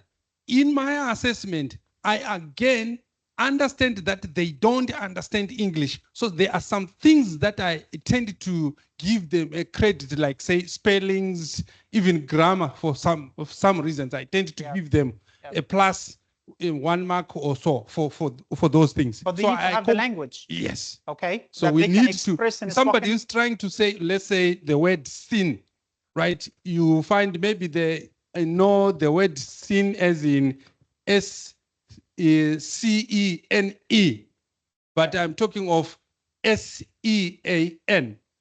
So if they speak, I mean, if they are writing like that, I can give them credit for that. I mean, a benefit of doubt. So the solution is easy. Monitor. Make sure that your instructions are given clearly, and make sure that your students understand the instructions. Check the instructions before your students start, and then monitor within the group, okay? In some activities, some teachers might assign a mentor in each group, okay? You are here within this group to make sure that nobody's using the second or the first language, okay? Just going around, monitoring, moving on, checking if the students are actually using the target language or not, okay? Students make too much noise. What is the solution to this problem? Yes, setting clear rules. Yes, setting clear rules. Okay, yeah, this is one approach that can be applied. So setting rules, segregating them if you think they're making too much noise. Make sure that they are audible, okay, within their group only, and their voices should not go to the other groups. Some students might get bored. Okay, as I said, if the activity is too easy or too challenging. So what you need to do is to verify the activity, okay? Make it more challenging if it's too easy, or a little bit easy if it's too challenging, okay? So students can start working and understand. If some students do not participate, assign rules, yes. Your rule is to do this, your rule is to do this. So everyone has something to do. Some good groups who finish early. I have paired the 2 students or 1 group who are really good. Let's say it happens. You have a group of students who are really good, and this is it. Differentiate your activity. Make sure that not all students have the same activity. You can make it a little bit more challenging for a better group and a little bit easier for another group, okay? Do not understand. If some of your students don't understand, you need to explain it, check it, or model it, okay? If they try to see what is the outcome, show students an example and then ask them to do something similar. Okay, this is the activity. Now moving to the next part, which is about elicitation. Okay, this is a definition of elicitation. Can you try to complete the missing words? Elicitation is a teaching technique used to what? Responses, ideas, enhance, generate, okay? Derive. Elicits. It's a phrasal verb. The word is a phrasal verb. It starts with D. What am I doing now? Elicitation, eliciting the answers from you. If you don't know the answer, what you do? Give hints. So it starts with D. Okay, here's the answer. Draw out, which is the same meaning. Yeah, elicitation is a teaching technique used to draw out responses, ideas, or knowledge from students rather than a gerund. Feeding, sharing, it starts with P. Providing, yes, providing. So what is the goal? The goal is to what students actively in the learning process? Engage, perfect. Encouraging them to think what? Critically, thank you. To think critically, recall information or knowledge that was taught before. Prior knowledge, yes. Okay, recall prior knowledge and participate in discussion. Elicitation helps to what students' understanding? Improve, again, enhance, or assess students' understanding and guides them to arrive at conclusions. Very good. Okay, through guided what and interaction? Guided discussions, okay, or questioning and interactions. Yes. Okay.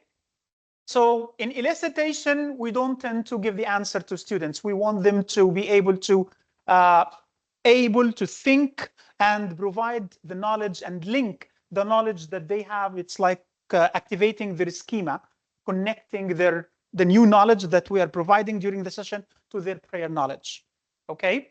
So how to elicit? We have different ways. Questioning is one of the most common, using open-ended or closed-ended questions. So open-ended questions could be something like, what do you think will happen if? Okay, if you are in this character's shoe, what would you do? Okay, closed-ended questions, do you think that the character did the right thing? Is this the correct way to do it? What is the answer to? Questions like this. So these would help your students think and talk about the topic and provide the knowledge that they already have. You can also provide prompts. These prompts could be verbs or could be verbal or non-verbal. So you can use your body language, like if you want students to provide words like going on, you can use this body language. Okay, yes, so that means something going on. You can use verbal, like it starts with B. It's a verb, it's a noun, it's a topic. It's, provide clues so students can think and provide the answers. Brainstorming, whether in pair or in group, so you can get individuals to think about the topic. If you provide a picture or a question or only a title, and then ask students to think, what is the topic about? What are we going to discuss today? Similarly, can be done within a group. Okay. Concept mapping, you can use mind mapping. Ask students to look at the topic and write the ideas that they have in a map. Okay. So they put the main ideas and what else they know, what they know about this topic. Could be a flow chart that ideas lead to each other. Could be a role playing or simulation. So imagine that you are the teacher, he is the student, you are the manager, he is, and then tell me what would you do in this situation. Okay. This is an activity, okay, to brainstorm how would you be able to teach the photosynthesis with your students. So we have this illustration, okay, and I want you to think, this is the topic of the day, and I want you to think, and I want you to answer or to write the questions, the elicitation questions that you can use in this activity. So for questions, what open-ended or closed-ended questions you can use? Write them here. If you would like to use a prompt, what is it? Okay, is it a picture similar to this, or you're going to use something different? Brainstorming, what questions would you ask your students to talk or to tell you the information that they have related to the topic? Concept mapping, ask them to draw a chart. So quickly with a partner, come up with ideas here, okay? Yes? In two, you look exhausted. Yes? Okay.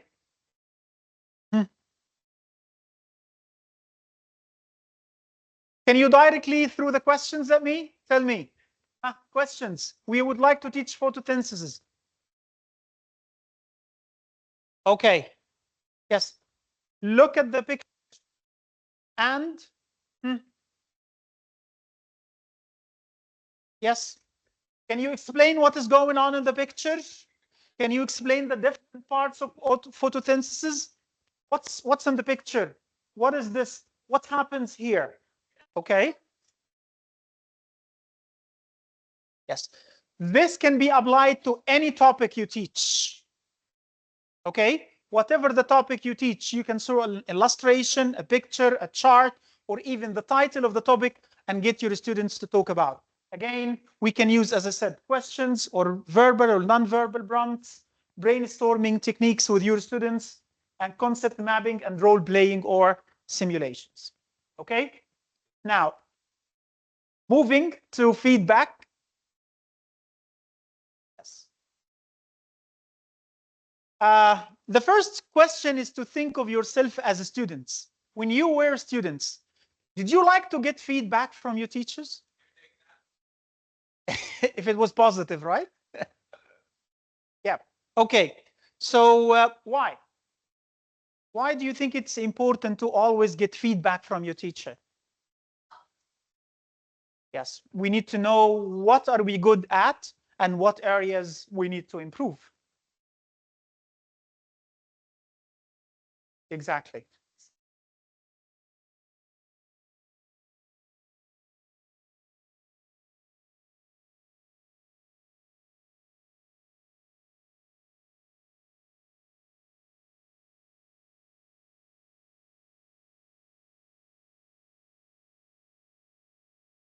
Feedback. Okay, or understanding. Thank you. Yes. So most learners usually like to get some kind of feedback from the teachers because it tells them where they are and if they are in the right track or not and where they are heading. Yes. They often want this feedback during and at the end. So I want the feedback during the process to show me or to confirm that I'm on the right track, I'm doing well, or I may need to change something. Okay, because if sometimes, especially if it's math, if you don't change it in the middle, the outcomes or the results would be wrong. Okay, so sometimes the feedback needs to be immediate or could be delayed. There are good and bad times of giving feedback. Can you give me an example of a bad time to give feedback? A bad time to give feedback.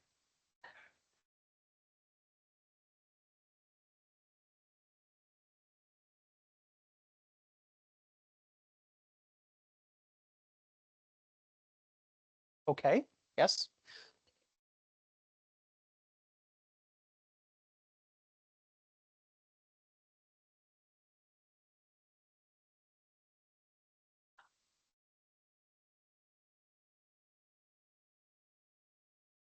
Let's imagine that it's me, I am your student, I'm giving a presentation at the moment, and I made a mistake. Maybe it's a grammatical or ideas or whatever.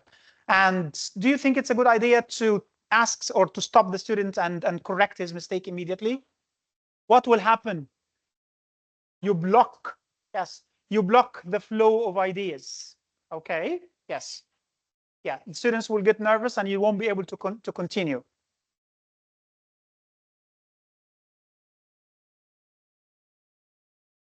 Yes. Providing individual feedback. And if you believe that there are some common errors, you can collect these errors, okay, and then explain them to the whole class in general. Again, without referencing to any student who made these mistakes.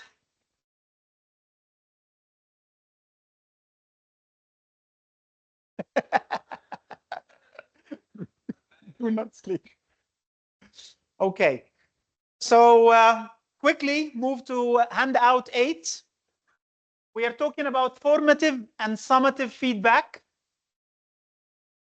Formative and summative feedback. Can you quickly think of a definition and purpose and give an example? Yes? In 2 again, try to change the partner this time. Tell me, what is formative feedback? Why do we use it? Okay, and give an example.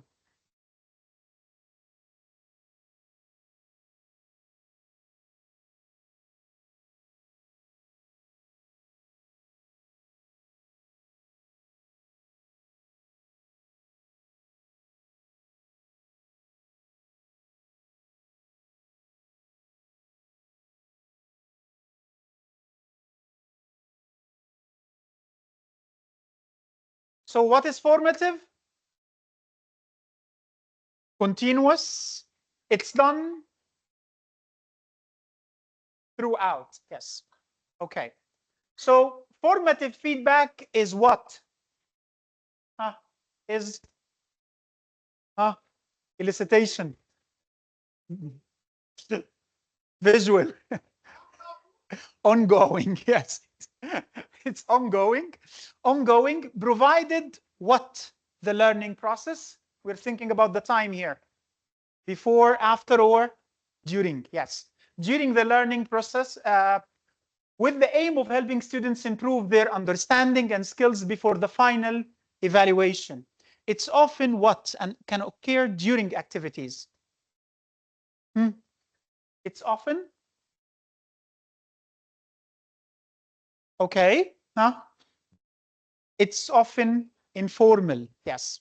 And can occur during activities or discussions or while reviewing students' work in progress.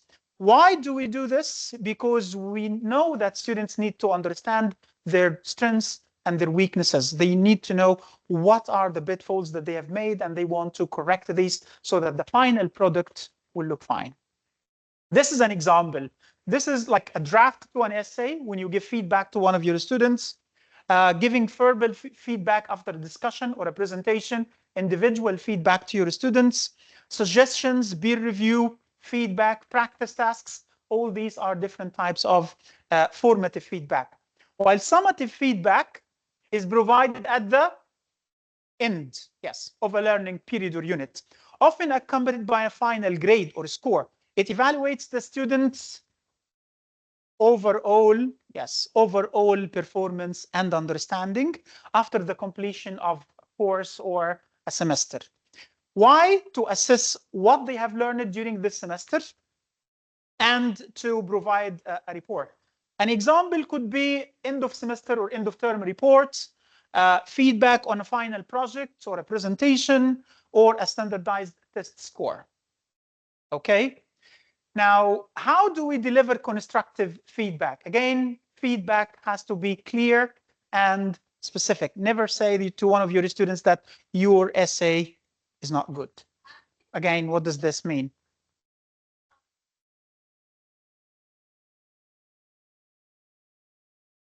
Sure. So it has to be specific and clear. Look at your essay.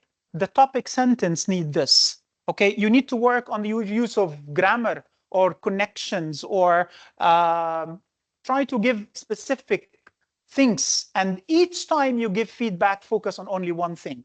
When you look at your students' writing, for example, if they're delivering a report, do not mark everything in red.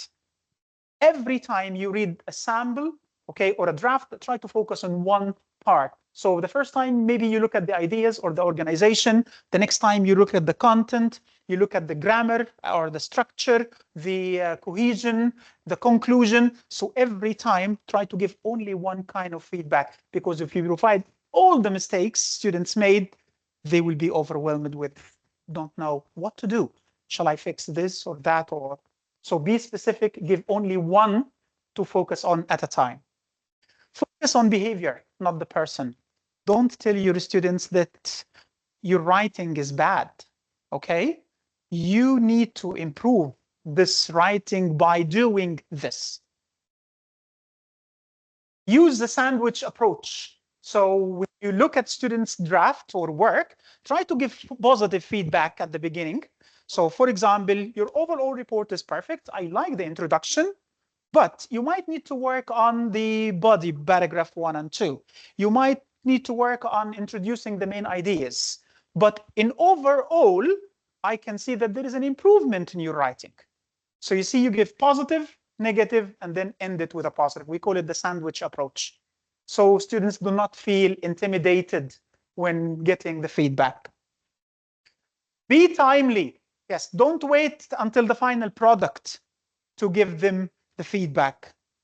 Encourage self-assessment. If you provide a rubric or a self-check report, ask students to look at their performance and then check what they have done.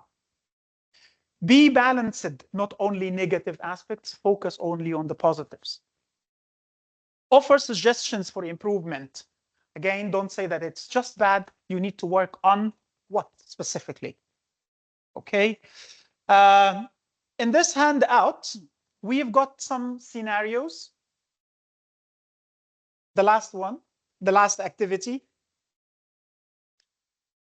We have 4 scenarios, and you're going to work again in pairs. What you need to do is that you choose 2 scenarios. One of you will be the teacher, the other one will be a student. Look at the scenario and try to give feedback to your student. When you finish the first scenario, pick the second, and then the student will be the teacher, and the teacher will be the student, and then give feedback.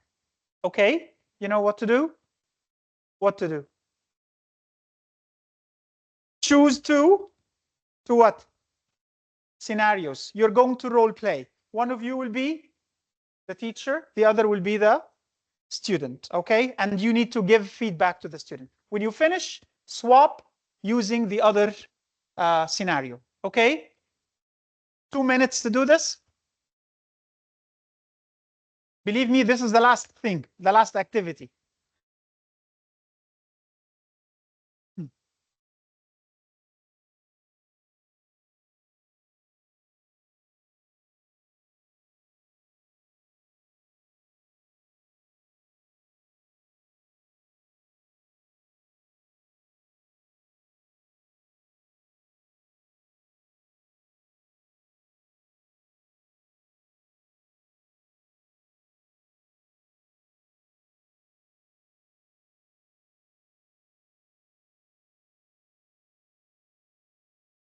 What do you think, دكتور؟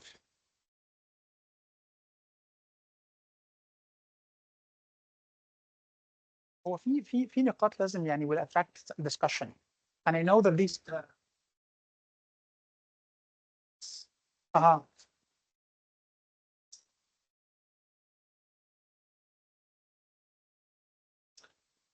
في human class الكلاس يعني انت جوا الكلاس يعني individual class في بعض السلايدات اللي عرضت انت بتحكي عن كل الفصل. ايوه طبعا. كلاس وفهموها الكلاس بنفس الطريقه. جوا الكلاس كانت تعطي مش صوره. ما هو في حاجات can be done immediately. Okay. زي مثلا الفيدباك، زي ما الفورماتيف فيدباك، لكن السماتيف فيدباك needs to be done at the end.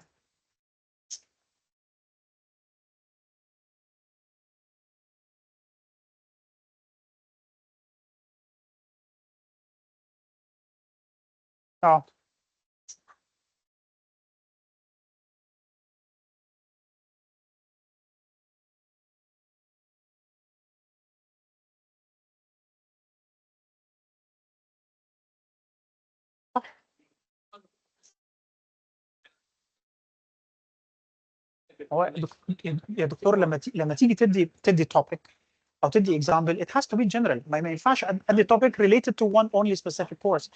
فهم انت واخدها على نفسك. You need to adapt it. You need to use it. Find if it's useful. صح. ما هو انا مش هخش جوه كل كلاس جوه كل حاجه وجوه كل content واشرح لك انت تعمل ايه.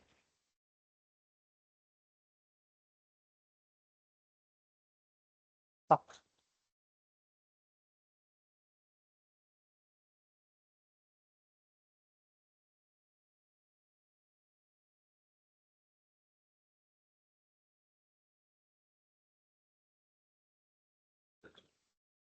Hmm?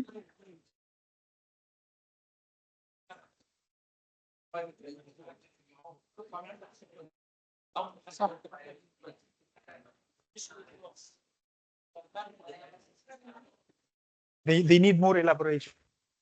Okay, yes. So after this role playing, how did you feel as a student getting feedback from your colleague or from your teacher, let's say? Was it positive? Was there anything that you need to change? Yeah? What needs to be changed? What was the feedback? You must have got negative feedback. Okay. The idea here is to discuss, okay, and see the kind of feedback that you're giving to your colleague and think of yourself as a student. If I'm getting this feedback from my teacher, how would I feel? Okay, and again, looking from a teacher's perspective and the other teacher giving feedback, you need to also provide him feedback on his feedback. Okay, whether this feedback is good or needs to be modified a little bit to be more, let's say, positive. Okay. These are the 4 scenarios to summarize our session today. We covered these topics. We talked about classroom management in general, and we know that it requires the use of various and different strategies. Okay, not one technique or one strategy would solve all your management problems. You need to adapt more than one. Okay, and to actively and effectively manage the dynamics. Setting the communication rules is very important at the beginning of the semester, and it can create a conducive learning environment. You need to choose appropriate seating arrangement, again, if you remember, according to your plan, your lesson plan, your activities. You need to balance TTT and STT to make sure that you give your students enough opportunity to speak their mind and express their own opinions. You need to create or get your students involved into pair and group work activities to promote interaction and participation. Use effective elicitation technique to engage everyone in the classroom and then let them recall the previous knowledge and connect it to the knowledge of the topic of the day. Make clear and concise instructions which can minimize confusion and ensures smooth classroom activities. And finally, offer constructive feedback that supports students' growth and learning. Okay, these are some of the references that I used. And thank you very much. If you have any questions. Thank you for your active participation. Wallahi. Thank you. Thank you very much. If you have any questions, everybody wants to go home, right? Everybody wants. Thank you. Yes, Doctor.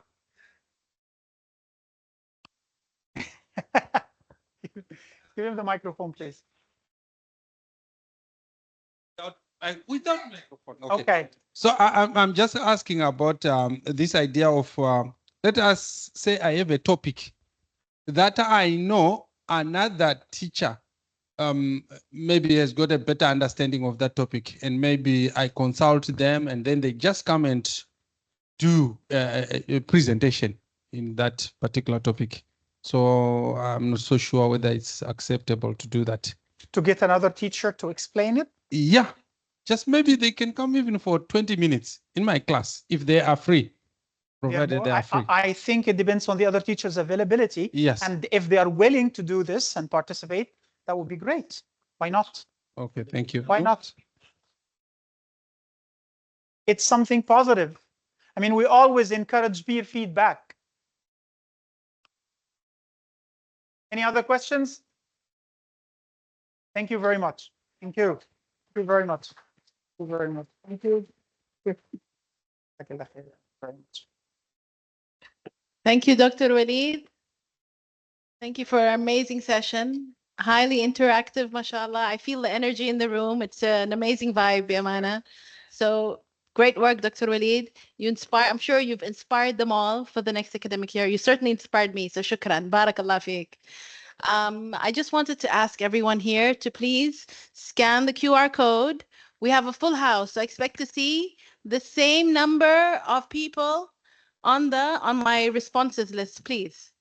Give us your feedback on the session so we can share with Dr. Walid and we can work on improving the knowledge sharing session future series, inshallah. Just to let you know, we are planning another session next week. It will be on the advising system, and we will send you details shortly.